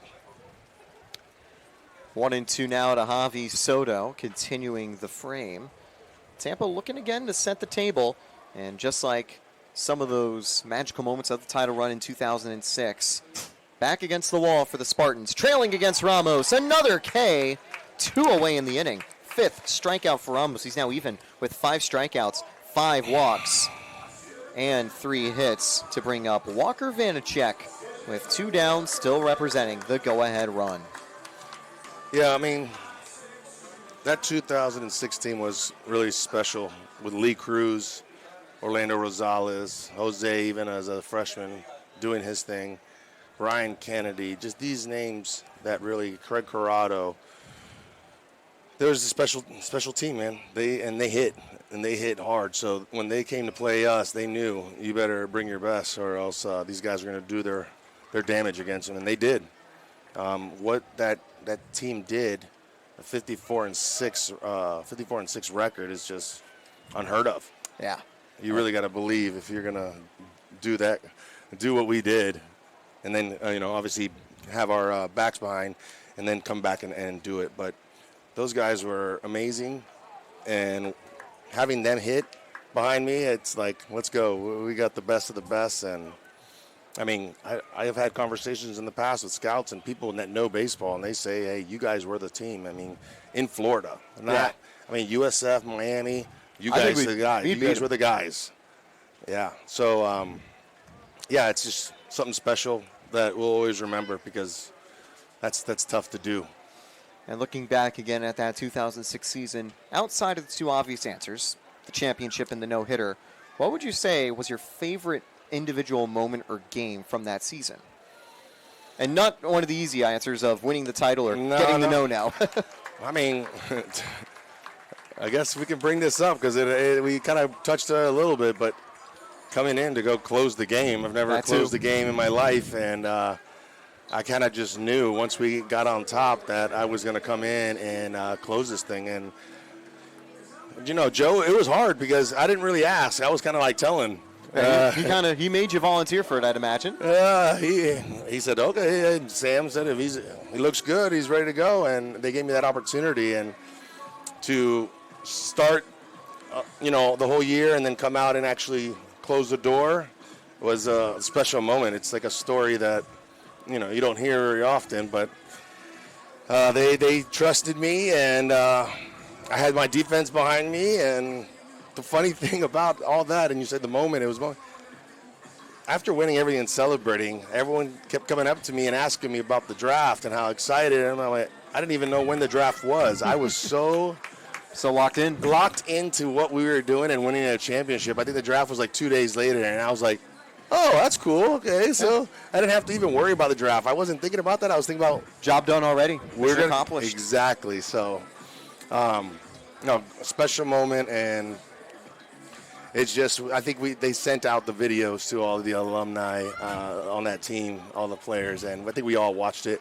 We were talking about it together because 20 years goes by and you remember a lot of things, but you forget about all the other things. Martinez hitting to left field. It's shallow. Urso's going to hold him up. It's bobbled. He should have kept going. Yeah. But also in that position, they do trust the arm of Scott out in left field.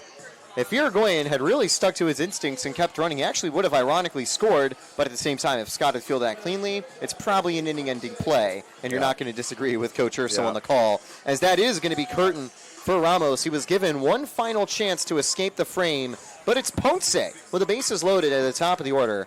But I will say, he's part of the rival program, but we got to give a nod over to Ramos against the second-best team in the nation, against such an elite offense, and on a day where he walked 6, he looked pretty good out there. Yeah, this rivalry is definitely there. When I first got here, I really didn't understand what this all meant, and when we talk about beating, the Mocs, it's a serious rivalry, and that's one game you don't want to kind of not be on point. I mean, I remember in the dorms doing my research and watching video against these guys because that's how bad we wanted to, put it to them. So this game is very, very important. And obviously now that we have 10 titles, more now, and we're on top, we want to keep that tradition alive and stay on top.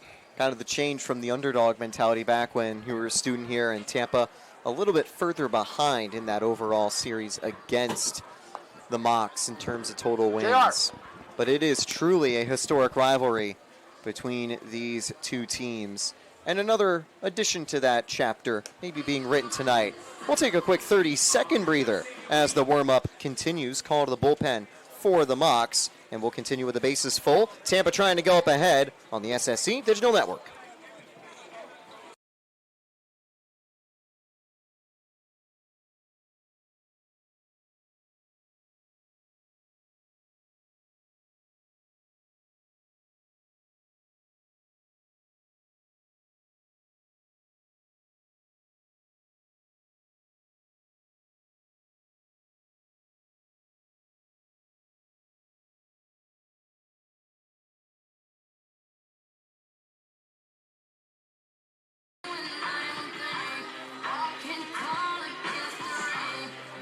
So here we go. Bases full, and on the mound, it'll be Casey Odell for Florida Southern. Taylor Storthy, Jack Ike, and Sergio Perez here with the broadcast today as part of the start of Alumni Weekend here at the UTampa Baseball Field this weekend celebrating the 20th anniversary of the 2006 National Championship winning side, the comeback heroes in that win against Chica State.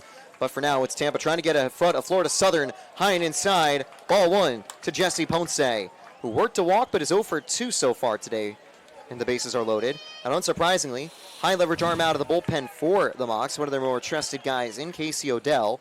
17 innings on the air, 16 strikeouts and 7 walks. He now gets the count to 1-1.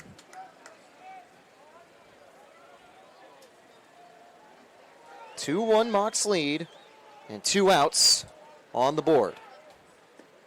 That slider falling low, 2-1 to Ponce. Ramos' final line score, 5 2/3, 4 hits, 6 walks, and 5 strikeouts. And a note as well for Ramos, 110 pitches on the day, a very gritty outing, just couldn't escape the frame. Ponce on the ground to second. This will likely be out number 3, out by a few steps, and Odell cleans up the mess. Tampa gets close. That tying run 90 feet away, but they'll have to work a little harder as they get to the Mocs bullpen. On to the top of the 7th, and Satin will continue. Thanks for joining us, Sergio, and have a great rest of the alumni weekend back here in Tampa. Hey, thanks for having me. It's a pleasure. So on to the top of the 7th now. More action right after this.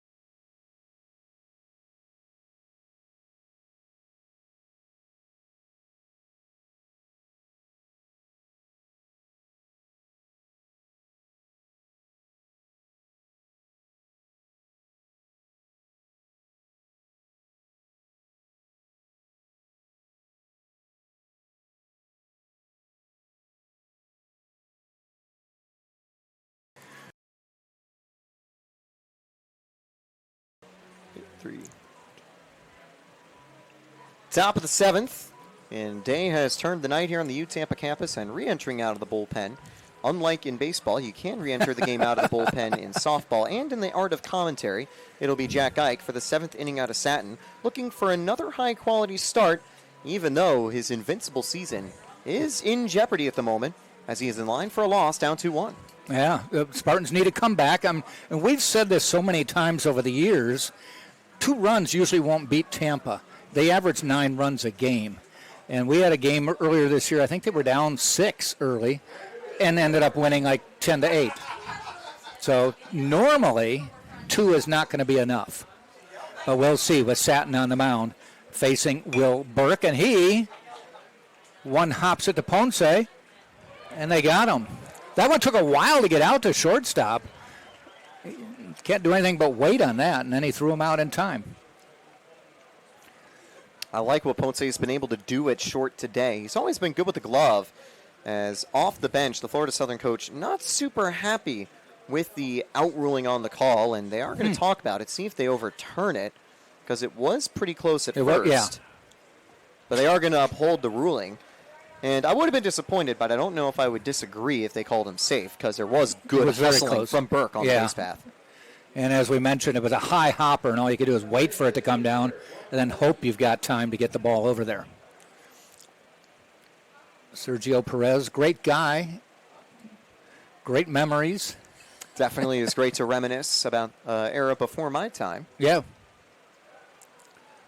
You've seen a few championships since you've been here, too. Yeah, my freshman year, and 2 more since, although they came after graduation. You're an alum. I was able to enjoy the alum party, actually, this time. Yeah. Which was fun.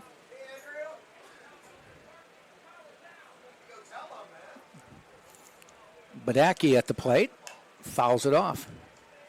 I always laugh when people say they're alums because I think I told you this story. The student newspaper did a story on me and said I was a former alum. I'm like, what happened? What do you know? Yeah, what changed to make you no longer an alum? Yeah. Did you lose the diploma? Are they that disappointed in me? Yeah. Nobody asked for the diploma back. I still got it.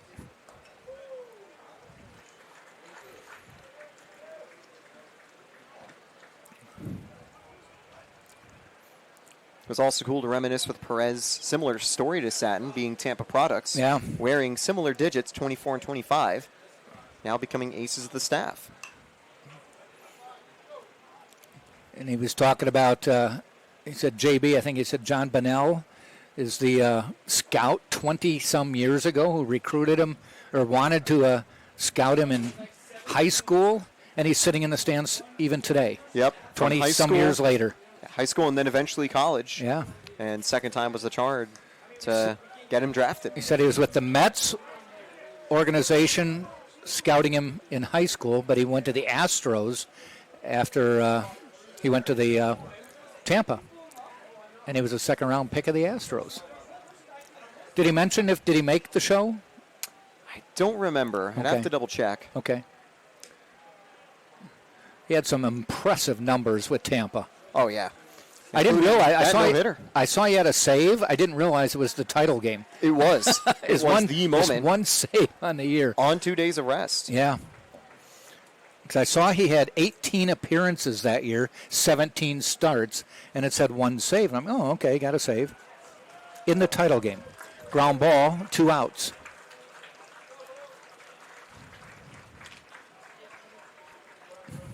Yeah, bad news, unfortunately, never made the show, Okay. but did feature plenty of outings throughout AAA and the minor leagues. Okay. And one thing I'm really annoyed about, he was in the World Baseball Classic and didn't get a chance to ask him about it. Really? He was with Team Spain for a couple qualification runs. Huh. That being said, he did have a loss in the World Baseball Classic of 2013, so maybe not the world's most fondest memories. But still pretty cool nonetheless, especially because this year, another iteration of WBC. Yes. And even though it does come at a heartbreaking relegation with the Czech Republic, meaning they'll have to try to work their way back to making the World Baseball Classic, opens the door for Team Spain to maybe try to qualify. 1-0, 2 outs. Check swing. They appeal it. Denied. 2-0.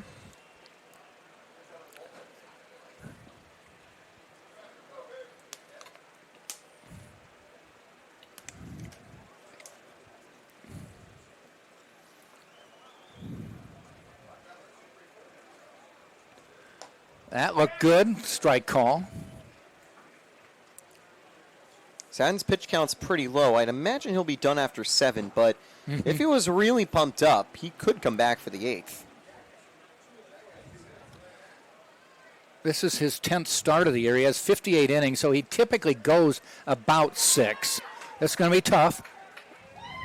Safe. Again, that was just a high hopper that all you could do is wait for it to come down and see if you could make the play. Yeah, I mean, that's just over the head of Satin. He'd need to be Shaquille O'Neal to come up with that one, because he would have needed to be 7 foot to come up with that stop. Yep. And again, great hustle by Ponce, but this time Thurman does beat it out. That's where you imagine the Mocs would be a little disappointed if it was another close call like that called out on the runner. Yeah. You might see a maybe more See, Rick formal Odette protest. might come out storming out of the dugout.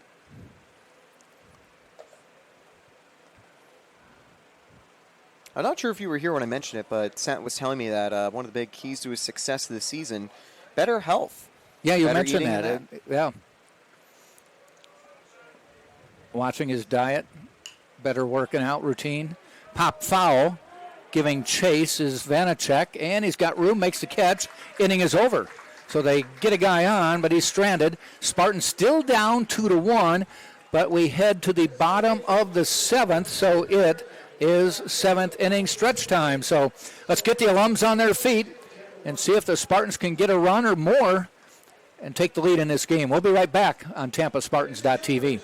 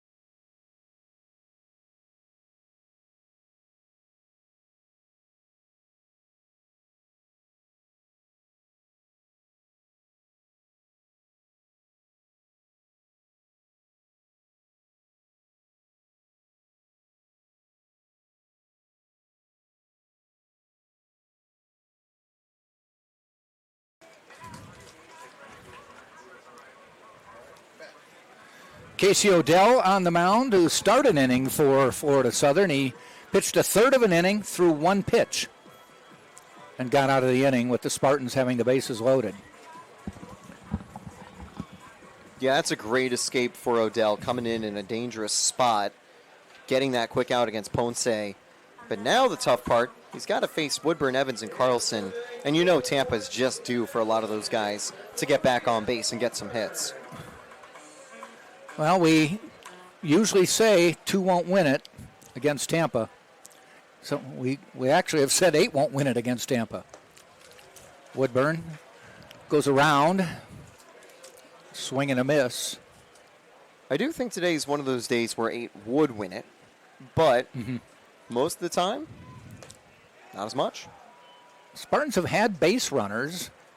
Matter of fact, Ramos walked 3 in one inning. Bases loaded, 1 out, didn't score. Next inning, he walked a batter, hit a batter, didn't score. So they've had some opportunities. They don't have many hits, just 4 hits. They did get on base 7 times outside of the hits against Ramos. In fact, 11 base runners that Ramos had to work with. 2-2.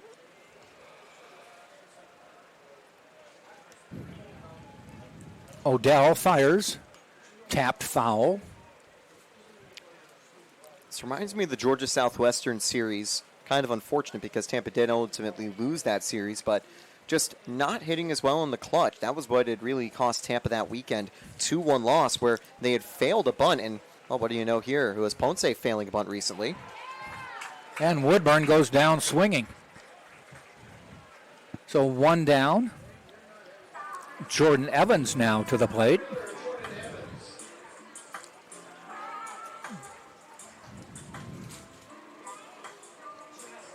Nightfall here in Tampa.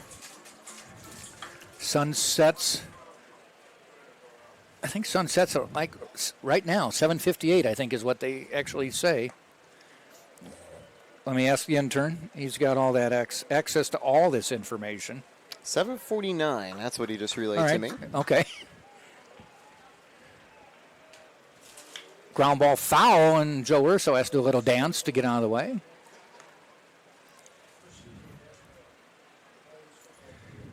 You know, with the later sunset, I was going to take advantage of it yesterday, ride my bike, because after work, took my bike down, I had a flat tire. Ooh. Bad luck. I know. You could still enjoy the nice air, potentially on a walk. Ooh, right at Dury, and he makes the catch. Solid hit, but Dury didn't even have to move.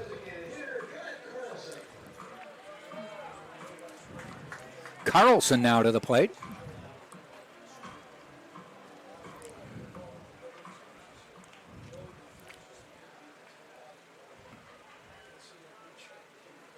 Tap foul.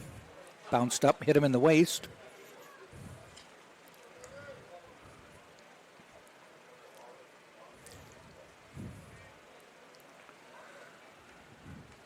Jam-packed stadium here today. A lot of alums.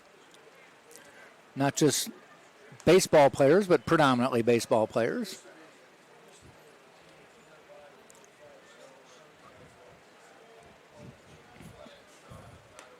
Inside. Alumni Weekend, definitely a special time for campus for all of our sports, but also for so many students in general just to come back and see what's been going on. Mm-hmm. Outside, 3-1. And again, a lot of them probably able to see the Grand Center for the first time. Right. Maybe they missed out on the technology extension and the gym renovations too. Even Just that over these last even that few power years. plant in left field is new. Oh yeah, they finally finished the construction for that. But it's crazy how different campus looks in just a blink of an eye. And Yep. a couple of years down the road, there will be something new as well up there. Well, look down at the other side of the soccer field. It's now volleyball courts, basketball courts. I don't know how long the swimming pool has been there. That was back when the previous World Cup was going on. They had just finished the renovations of the gym center. They move it from right where the Grand Center would be, part of that kind of building complex. That is hit. This may be a tie game. Carlson, and he's got room. The wind held it up, and he makes a catch just before the track. That looked like it had eyes to get out of here, but the wind is blowing in, and it knocked it down. Spartans do not score. We played 7, and it's still 2-1, Florida Southern leading Tampa.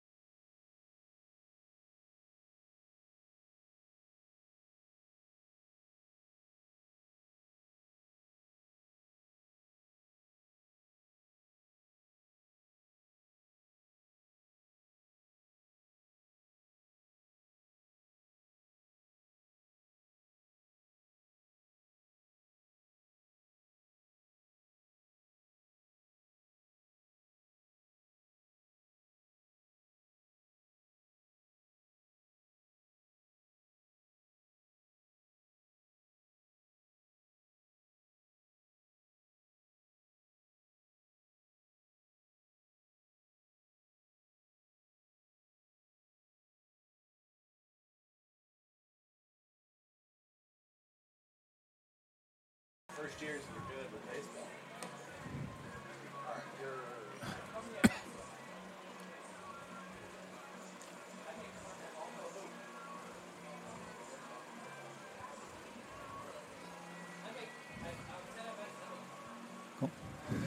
Eighth inning we go. Robert Satin back on the hill. He's pitched well. Just happens to be trailing 2-1. Yeah, I really don't think Satin's put a wrong foot on all day. The first run came home on a sac fly, and the second one just a well-placed single. No extra base hits out of the Mocs. Tampa's done a good job fielding to prevent that from happening. But it's just sometimes those well-placed line drives that can kill you, and it is putting Satin on the verge of his first defeat of the year. Although he did have one loss this season, it didn't come with him in the decision. It was unfortunately our own Sammy Beer who surrendered one run, his only run surrendered out of the bullpen this season. I know Tampa's also looking forward to him returning later down the line. Yeah. Ryan Jenkins, the leadoff hitter, leading off the inning. Showed bunt, pulled it back, strike one anyway.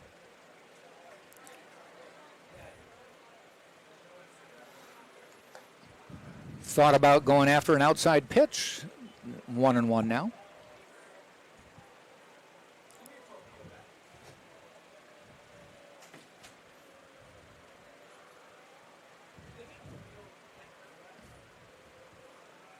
One on the way.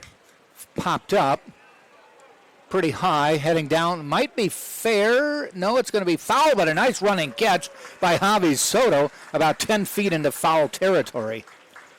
That one was almost in no man's land, but 3 guys converging. One comes out of it with the ball. Yeah, it always comes down to good batting, fielding, and pitching.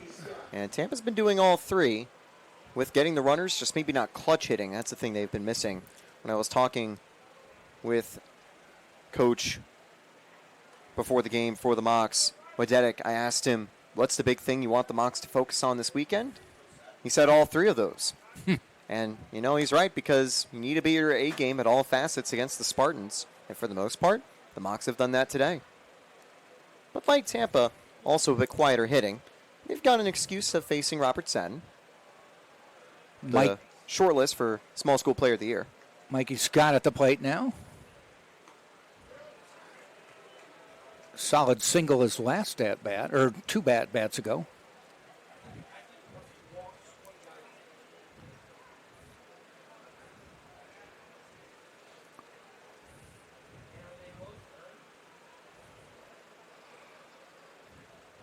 Ball outside.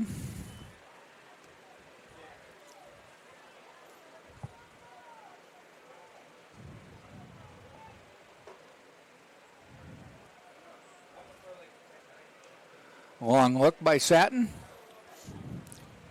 Pitches out of the stretch all the time, and here's the pitch. Foul off. One thing with Ramos, he did a full windup with nobody on, went to the stretch when runners were on. A lot of pitchers nowadays out of the stretch all the time.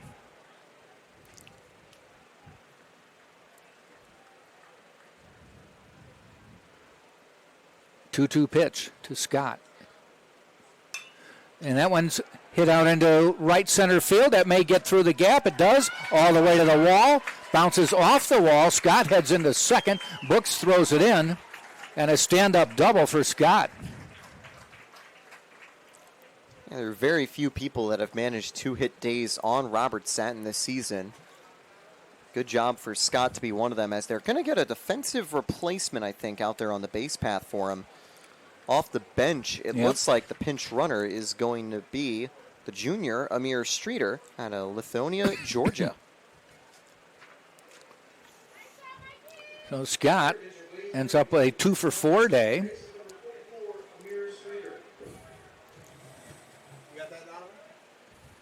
I imagine Streeter would be a normal defensive change, but they'll also use his speed on the base path here. Not that Scott's slow, because he is one of the top base stealers. No, he is the top base stealer for the Mocs. Eric Hansen now at the plate. No, strike on the corner.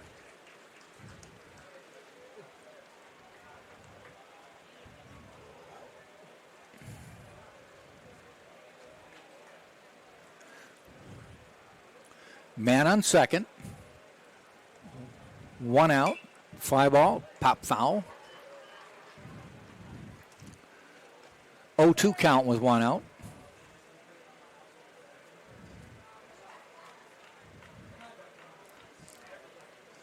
You were talking about with Sergio about no love lost between Tampa, Florida Southern a couple of years ago, because they always bring a lot of people to the game. There was a lot of back and forth between the fans and the stands, and we actually had to have security come up in the aisle here, separating them, to tell everybody to settle down.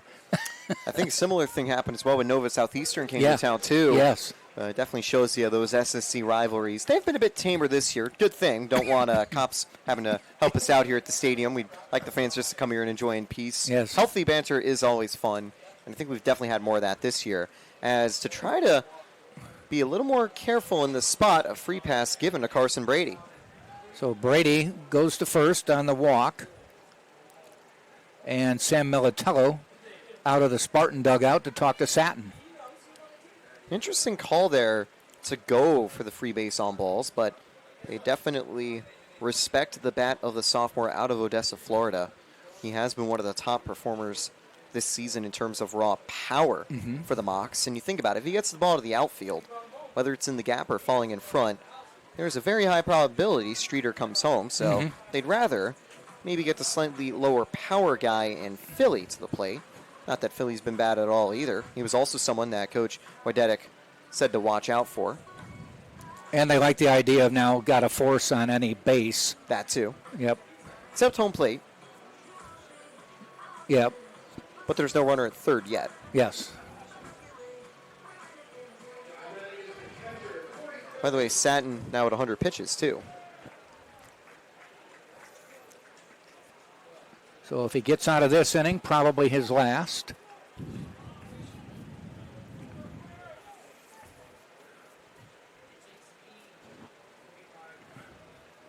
And the pitch to Philly. Looked good, but no call. Philly is 0 for 3 today. Flew out, grounded out, flew out.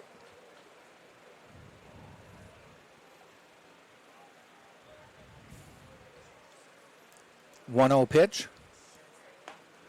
Down the middle, call strike, 1-1.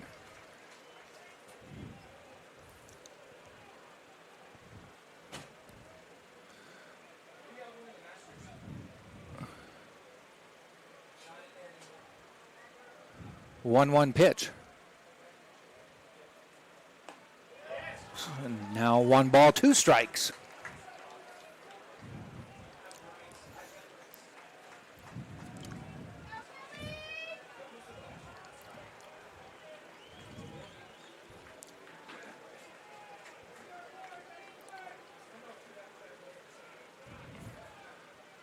And that hit him.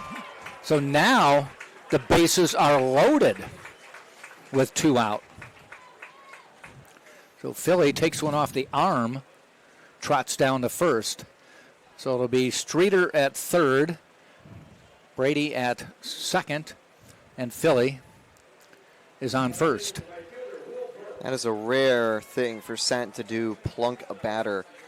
That's only the 4th time it's happened this year in over 55 innings of work. Brings Will Burke to the plate. And Joe Urso's coming out, so that'll be the evening for Robert Satin.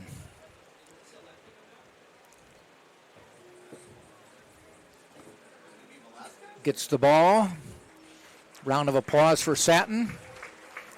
But he's going to need some help to get out of this inning. He goes 7 2/3. Leaves the bases full. And the Spartans, Tobin Moran coming in for Tampa. Moran is a senior from Palm Beach Gardens, Florida. And we'll let him.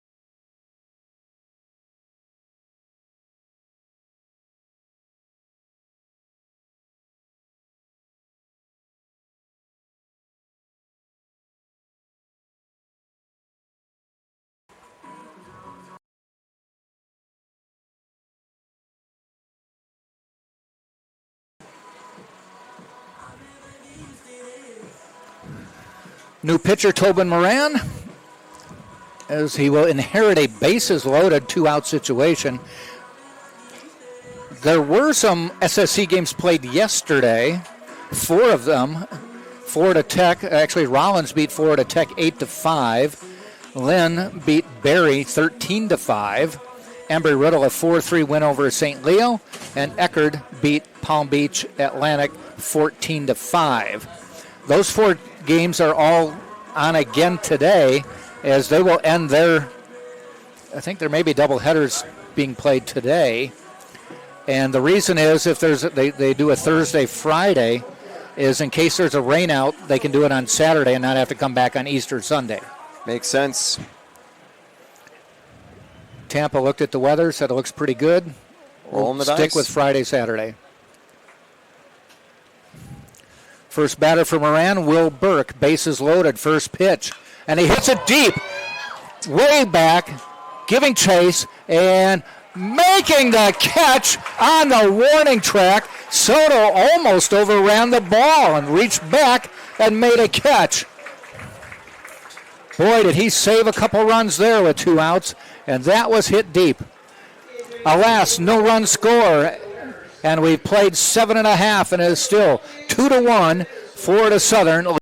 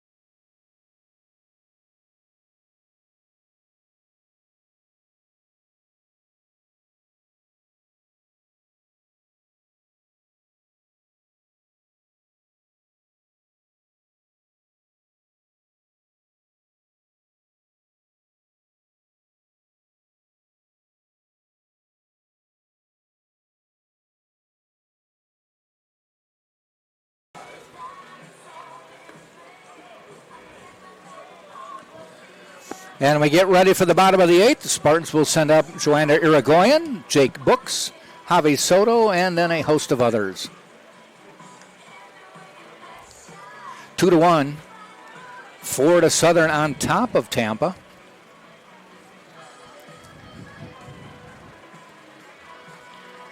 By the way, one cool thing that had been going on a bit earlier was a kind of area where you could go test some pitching, see your speed throwing. I tested. I was only 43 miles an hour out there.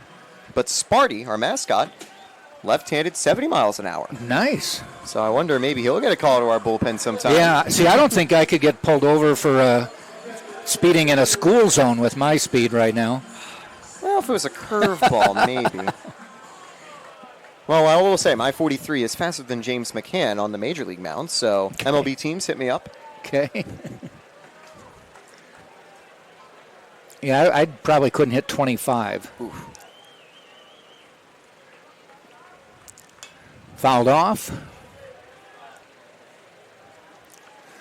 I did notice at the one exit that goes out of the ballpark down the right field line, they had 5 Tampa basketball players providing security at that gate. I said, it takes 5 of you to watch a 3-foot wide gate? Well, if you think about the actual sport of basketball, kind of makes sense, because I think the paint's just a little bit longer than that, a little bit wider than that, and you might need a couple guys to guard it. And then they wouldn't let me back in because they said I didn't have a pass or a wristband. Ah, that's tough. Yeah. They're playing good defense, at least. 1 ball, 2 strikes. Fouled off again by Irigoyen. It was funny, speaking of Tampa basketball, there was a video recently posted by the Tampa Bay Rowdies where they were asking some of their players who they thought would do good in March Madness. One of the people said Tampa. Okay. So it's like, okay, good pick, but they aren't in the tournament. Right.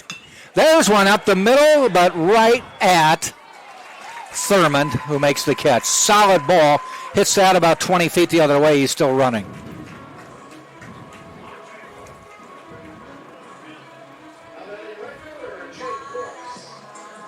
Brings Jake Brooks to the plate. Walked, grounded out, flied out.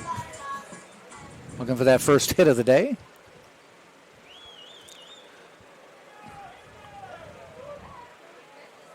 Ball outside. Spartans are running out of innings. They need to get something going here.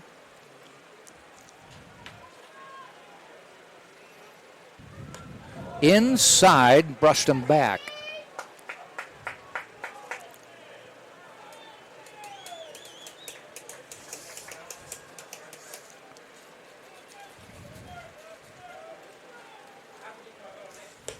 Ball high.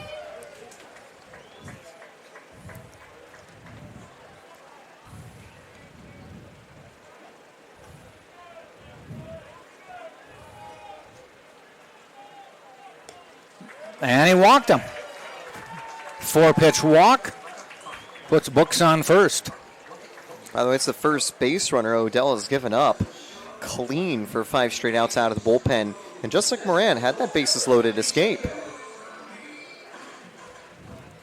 Brings Javi Soto to the plate.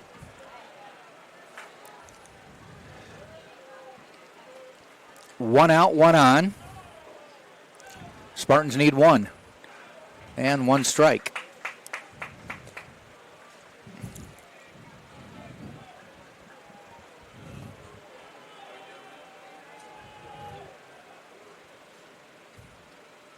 One hopper, that's going to advance the runner. Goes all the way to the backstop. He threw a 50-foot pitch that time. And it hopped over Philly to the screen. So now, tying run on second base. I think in this situation, if you're the Mocs, if you get to a 2-ball count, you ought to walk Soto. Get him on base and get the double play ball back open. They have turned 1 double play today in a clutch situation. Swing and a miss, 1 and 2. Although now with 2 strikes, you wouldn't want to do the free pass. But if it was, say, 2-0 count, I think you probably would see Soto be strolling over. 1 ball, 2 strikes.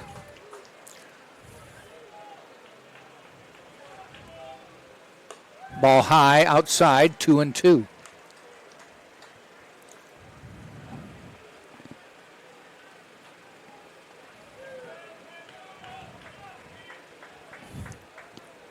Odell with a look, now sets, fires. Ball outside, 3-2.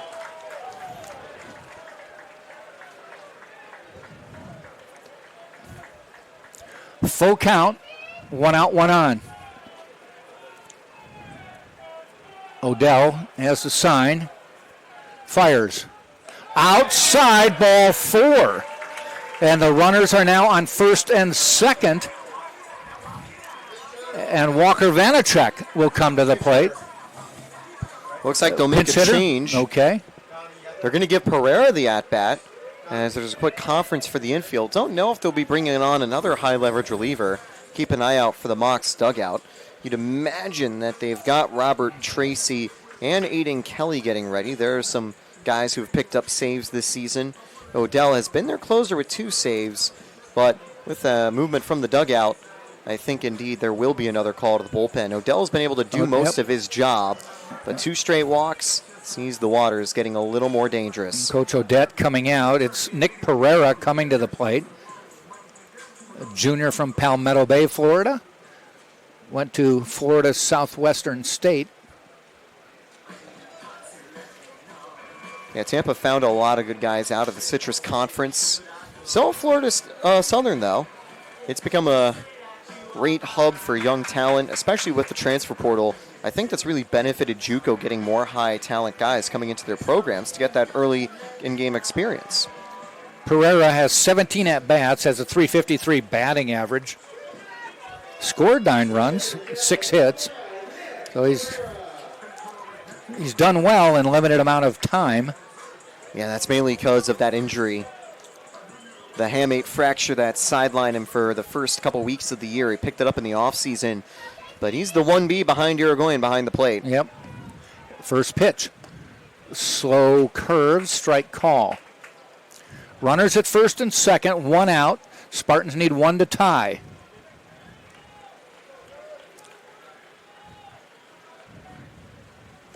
Ball low. 1-1. We are in the bottom of the 8th with 1 out.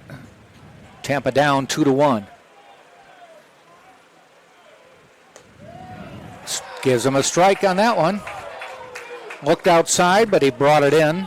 1 ball, 2 strikes. As a catcher, I think Pereira could tell that was good framing by Philly on that pitch. Yeah. In the dirt, good block by Philly. 2-2.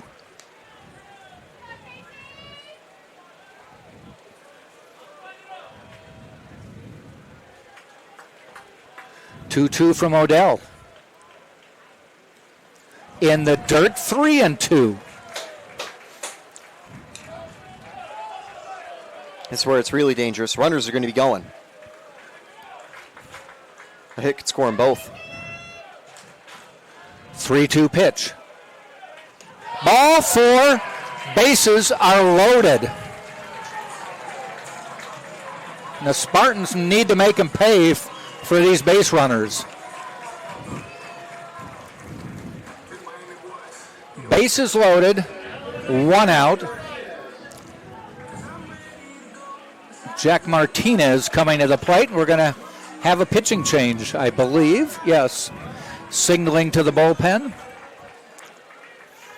So, pressure situation for both teams.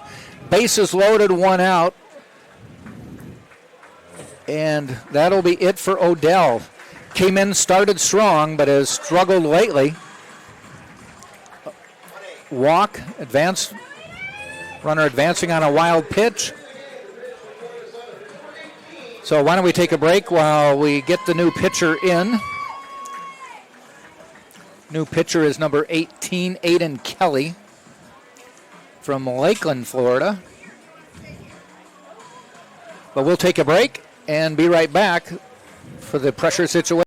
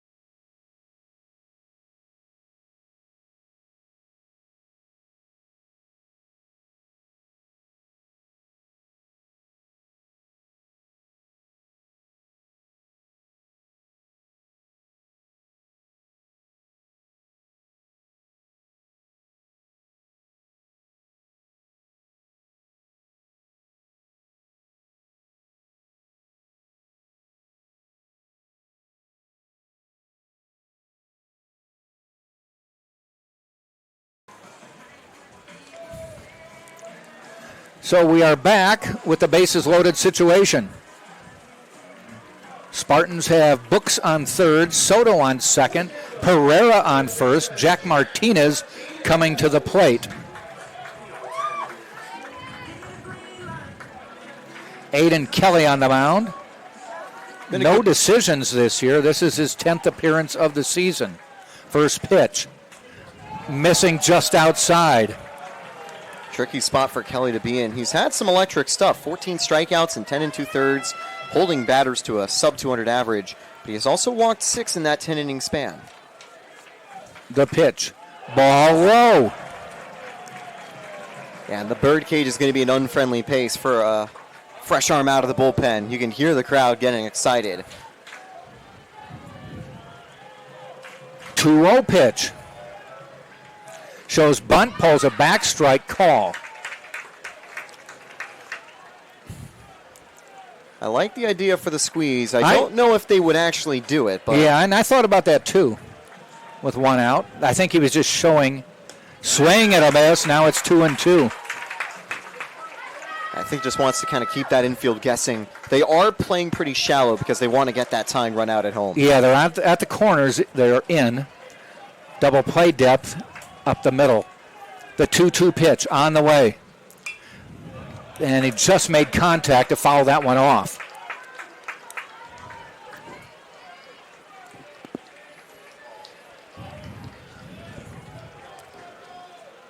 So Martinez steps back in. Kelly is set. 2-2. Lays off it. It's 3-2. They appeal it. No, he did not go around. Full count. Full count. Bases loaded. 2-1. Tampa trails. Tying run on third. Jack Martinez at the plate. Kelly on the mound. In the stretch. 3-2. Popped up. I don't know if they'll try to send him or not. It's pretty shallow. There's the catch, and they do not send the runner. We're going to be down to 2 outs and the bases loaded. If that was maybe 15 feet further up, yeah, I think they send Books home, and it is a close play. Ponce to the plate. See if he can bring a runner in. There's a lefty out of the bullpen. I wonder maybe if they might try to make a loogie change to get the platoon advantage. Obviously, though, the danger, then Tampa brings in a right-handed bat off the bench. Ponce waits. Kelly looks in again. Ball high.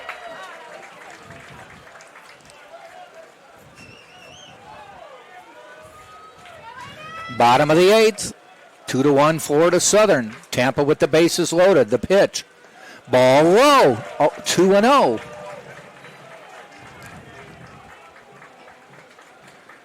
Do you tell him don't swing till you get a strike in this situation, or? Surely. At least I think Ponce is thinking that too. 2-0. Strike call inside corner. A number of people unhappy with that call. Yeah, especially up in the booth. I'm inclined to agree with them because it looked inside. Yeah, looked further inside than the 2 previous balls, I might add. 2-1 pitch now. That one was low. 3-1. Nowhere to put him. Bases are loaded. Does Ponce wait and see if he can put her in the strike zone? Here's the pitch. Strike 2 will go to a full count again. Full count, 2 outs, bases loaded. Tampa down 1. And everyone's moving now. Yes. Runners will be going. Ponce waiting. Kelly gets the sign in the stretch. 3-2, he backs off. It's kind of a mind game here. Who do you back off? Are you the batter? Maybe you step off when the pitcher's about to get set. Get him to think about it again. It's Kelly playing the mind game. He's backing off right there. Everybody back, ready. The pitch. Fouled off. I always think that favors the batter if you foul off a 3-2 pitch because he threw a strike. Yeah, Now especially he makes you throw another one. Yeah, you see what the first 3-2 offering is going to be. Still 3-2. Sets, fires. Fouled off. Same spot, same foul ball. So we will have a third 3-2 pitch.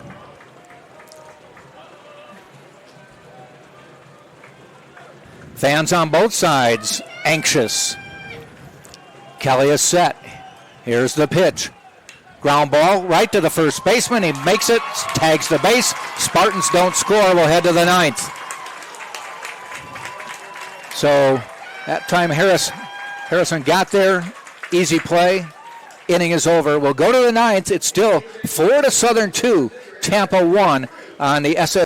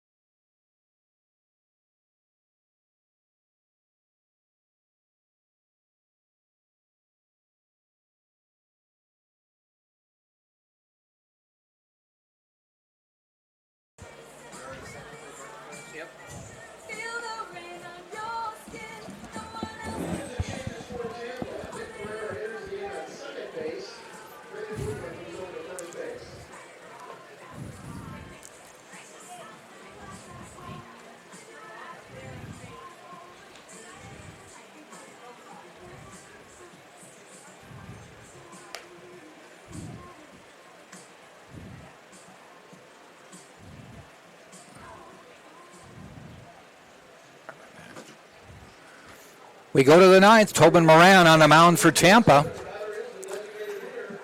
Tampa lost that opportunity with the bases loaded and couldn't get a runner across. It's all down to clutch hitting on days like today, and that's where the Mocs have done better. They've also had a couple of lost spots.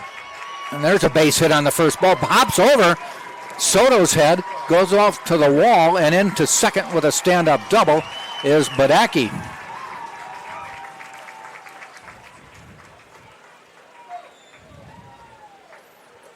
Looks like a pinch hitter coming in. Rick Odette out to talk. Actually, it's Thurman at the plate, but it'll be T.J. Eckert on the base path. Okay, that's the change. Spartans did make a change, too. Nick Pereira has gone to second base. Braden Woodburn to first base. Vanacek out.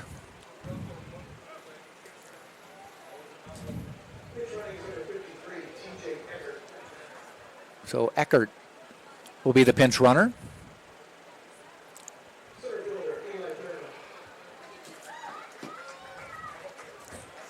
A leadoff double for Florida Southern.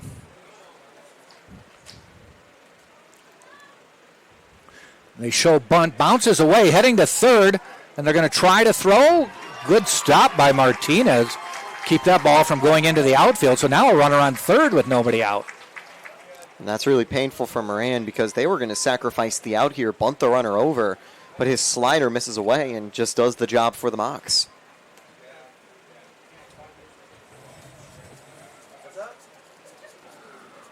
One ball, no strikes. Man on third now. Ball just missing. Low, 2-0.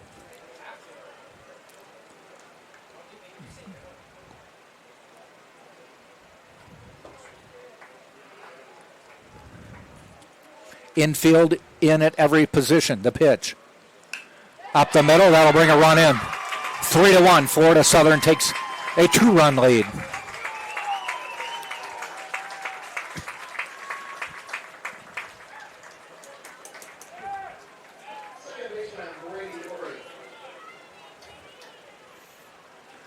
And it will bring up Brady Dury to the plate.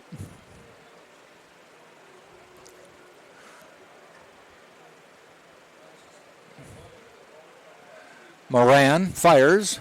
They show bunt. He misses on it. Runner stays. I was able to chat with Moran pregame as well, talk about that move from being a spot starter to a high leverage guy. And, you know, Moran wasn't super comfortable kind of pitching in that different role at first, but he's learned, I think, to gain some of that flexibility and aptitude. Gets the bunt down, rolls foul. Showing bunt all the way, strictly to move the runner. And what Moran was able to tell me is now that as time's passed and has grown more, he's gotten more comfortable just kind of being ready as a Swiss Army knife out of the bullpen. He could fill in a spot start on a Tuesday or here on Friday night, come out and try to handle the ninth inning. 0-2 pitch. Bunt off, and he taps it foul. So a run in, still nobody out here in the ninth.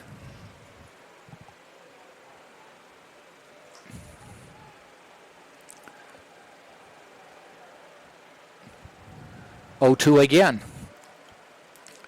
Tap foul.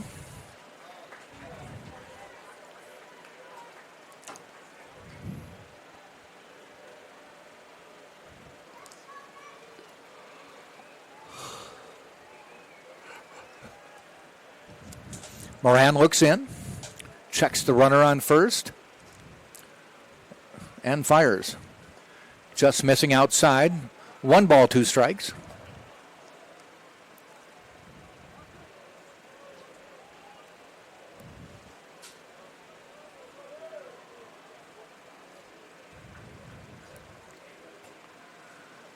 Goes after that one, swings and misses, 1 down. Dury is done. We'll go to the top of the order. Ryan Jenkins to the plate.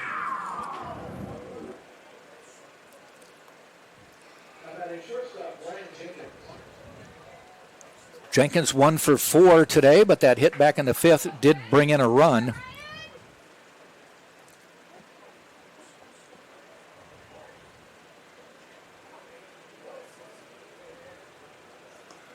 That pitch catches the outside corner, strike 1.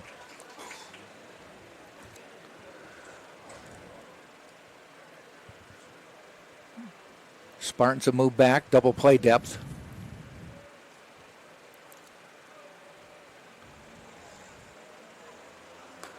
That one just missing outside.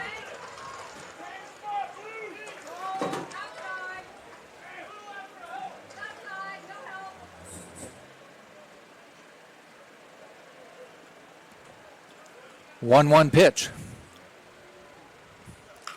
Foul ball. Deep but foul.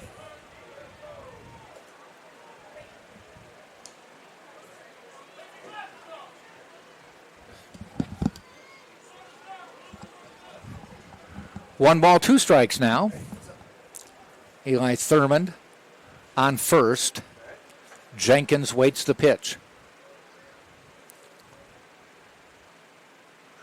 And he hits that one into center field, giving Chase his books, dives, and made the catch. Or Evans, I should say. Jordan Evans diving and making the catch. Boy, he laid out nicely on that one to make it. Huge play, though, for Evans out in center field. It's an important play to make. You know, it's a 2-run game. You don't want another base runner. You want Moran to have an easier job to escape the frame and keep Tampa in range. Obviously won't be easy. Could be Kelly or a different high-leverage guy next frame for the Mocs, but you don't want the job to get any harder for Tampa, and that play does a good job of that. This is Amir Streeter. Pops that one foul. He came in as a pinch runner 2 innings ago, I believe, 7th. And this is his first at-bat. He's gone yard twice this season and hitting .241 on the year. So he's not a stranger to the plate. 54 at-bats on the year. 0-1. Runner goes. Double clutch on the throw and in safely.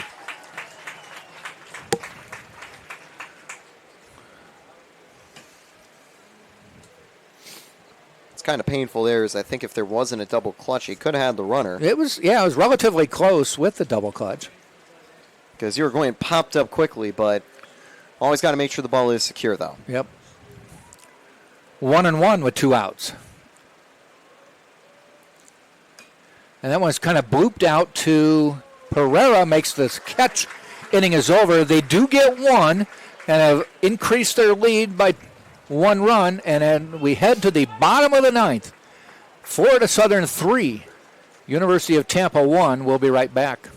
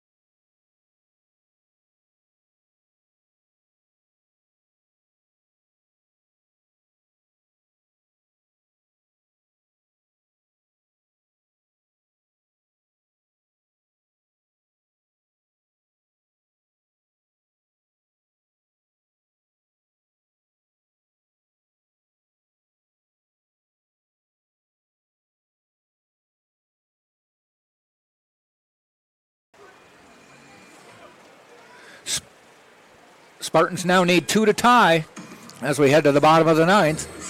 Braden Woodburn will lead it off. It's the 2-3-4 hitter for Tampa. 3-1, Florida Southern on top. These are the guys you want. Starting off a clutch inning like this. Woodburn, Evans, Carlson, Irigoyen, and Books to follow. It's the heart of a Tampa order that can really do things from top to bottom. Spartans have only had 2 other games with just 1 run. They were both against Georgia State. Never in a conference game this year. Tampa 12-0 in conference play. Tampa, by the way, up 5.5 games on the Mocs in 4th. Despite that even 6-5 conference record, the Mocs pretty close in terms of leading the mid-pack. But it's Eckerd, Rollins, and Tampa leading the way. Yeah, the top 3 are way ahead. All have 12 wins. Florida Southern next in 4th place with 6 wins. There's a strike call. 1 ball, 2 strikes to Woodburn. The first pitch was at a similar spot and called a ball. Woodburn, I think, got that one for free, and the umpire was saying, yeah, too close to call that a ball a second time. Ball high, 2-2.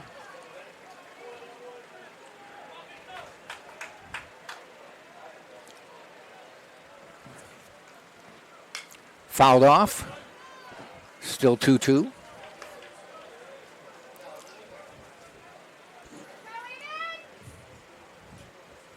Jordan Evans waiting on deck. We get ready for the 2-2 to Woodburn. Ground ball. Foul. Just foul. Umpire straddling the baseline. Had a perfect view of it. Do you think if that's a foot to the left that it's in range for Harrison? Yeah, they're probably lucky it did go foul. 2-2 again. Strike 3 call. Woodburn kind of backed away thinking it was inside, but it caught the corner. 1 out here in the 9th. Great cutter there. That's just the right spot to put it. And I'd imagine that was the strike 3 offering that got hit to first base against Ponce. So Jordan Evans now to the plate. And strike down the middle by Kelly.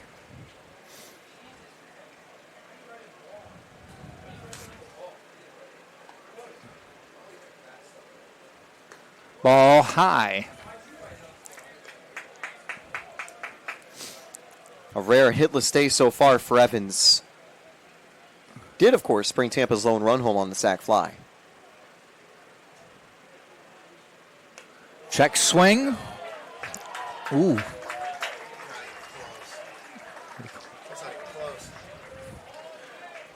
One ball, 2 strikes.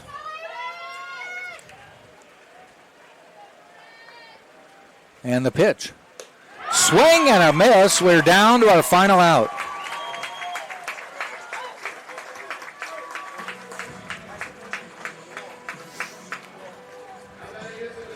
And it will bring up Gannett Carlson. Aiden Kelly in line for his second save of the year. Ball high. Would be Ramos getting the winning decision, and Odell in line for a hold. That'd be Ramos's, would even his record at 3-3. It would be Satton's first loss of the year. It would only be the second loss for a Spartan starter combined. Bailey, Satin, and Glanton 23-1. 2 balls, no strikes. Carlson waits. Ball high, 3-0. One thing that's kind of ironic, Jack, all 3 of our losses come from 3 pretty high leverage arms. Sammy Beer, Oscar Hernandez, and Velasquez, all pretty effective arms out of the Tampa bullpen. And the 3-0. Down the middle, strike 1. Spartans hoping Irigoyen can come to the plate. 3-1. Strike 2. Carlson threw the bat down, ready to head to first, but we'll go to a 3-2 count. Final strike for Tampa. Can Carlson keep it alive? Kelly, stretch, fires. Swing and a miss. Florida Southern has knocked off the Tampa Spartans. 3-1 is the final. Tampa's first loss in conference play. They fall to 12-1, 26-5 on the year. Florida Southern evens its conference record at 6-6 and go to 17-13 overall. Robert Satin takes the loss, and he is now 8-1 on the season. Ramos with the win evens his record at 3-3, and Kelly picking up a save, his second of the year. So 3-1, Florida Southern with the win. Held the Spartans' bats in check today. There were a number of walks, but the Spartans not able to capitalize in a couple situations. So we will come back tomorrow. We have doubleheader baseball tomorrow. First game at 1, second game at 4. Any final thoughts, Taylor? Yeah, tough day for the Spartans. They just were not clutch enough. Basically, the Georgia Southwestern series all over again tonight. I think the bad momentum really started on that bunt pop-out that we'd seen earlier that just gave the Mocs a bit of momentum. And, you know, they dealt with a pretty unfriendly Tampa crowd. They did have a lot of Mocs faithful travel in here. Obviously, they're coming down for the rivalry series. Yeah. But there's a lot of Tampa fans getting excited with those bases-loaded spots. The Mocs showed up in the most important ways. Another great outing for Satin. He went his longest outing of the year, 7 2/3. But just a tough loss for him to pick up. Tough as well for Moran, and a lockdown bullpen effort out of the Mocs. Just the difference maker. Yep. So the final score, Florida Southern 3, University of Tampa 1. We'll be back tomorrow. Ball game at 1, second game at 4. So thanks for joining us, and we'll be back tomorrow. You're watching right here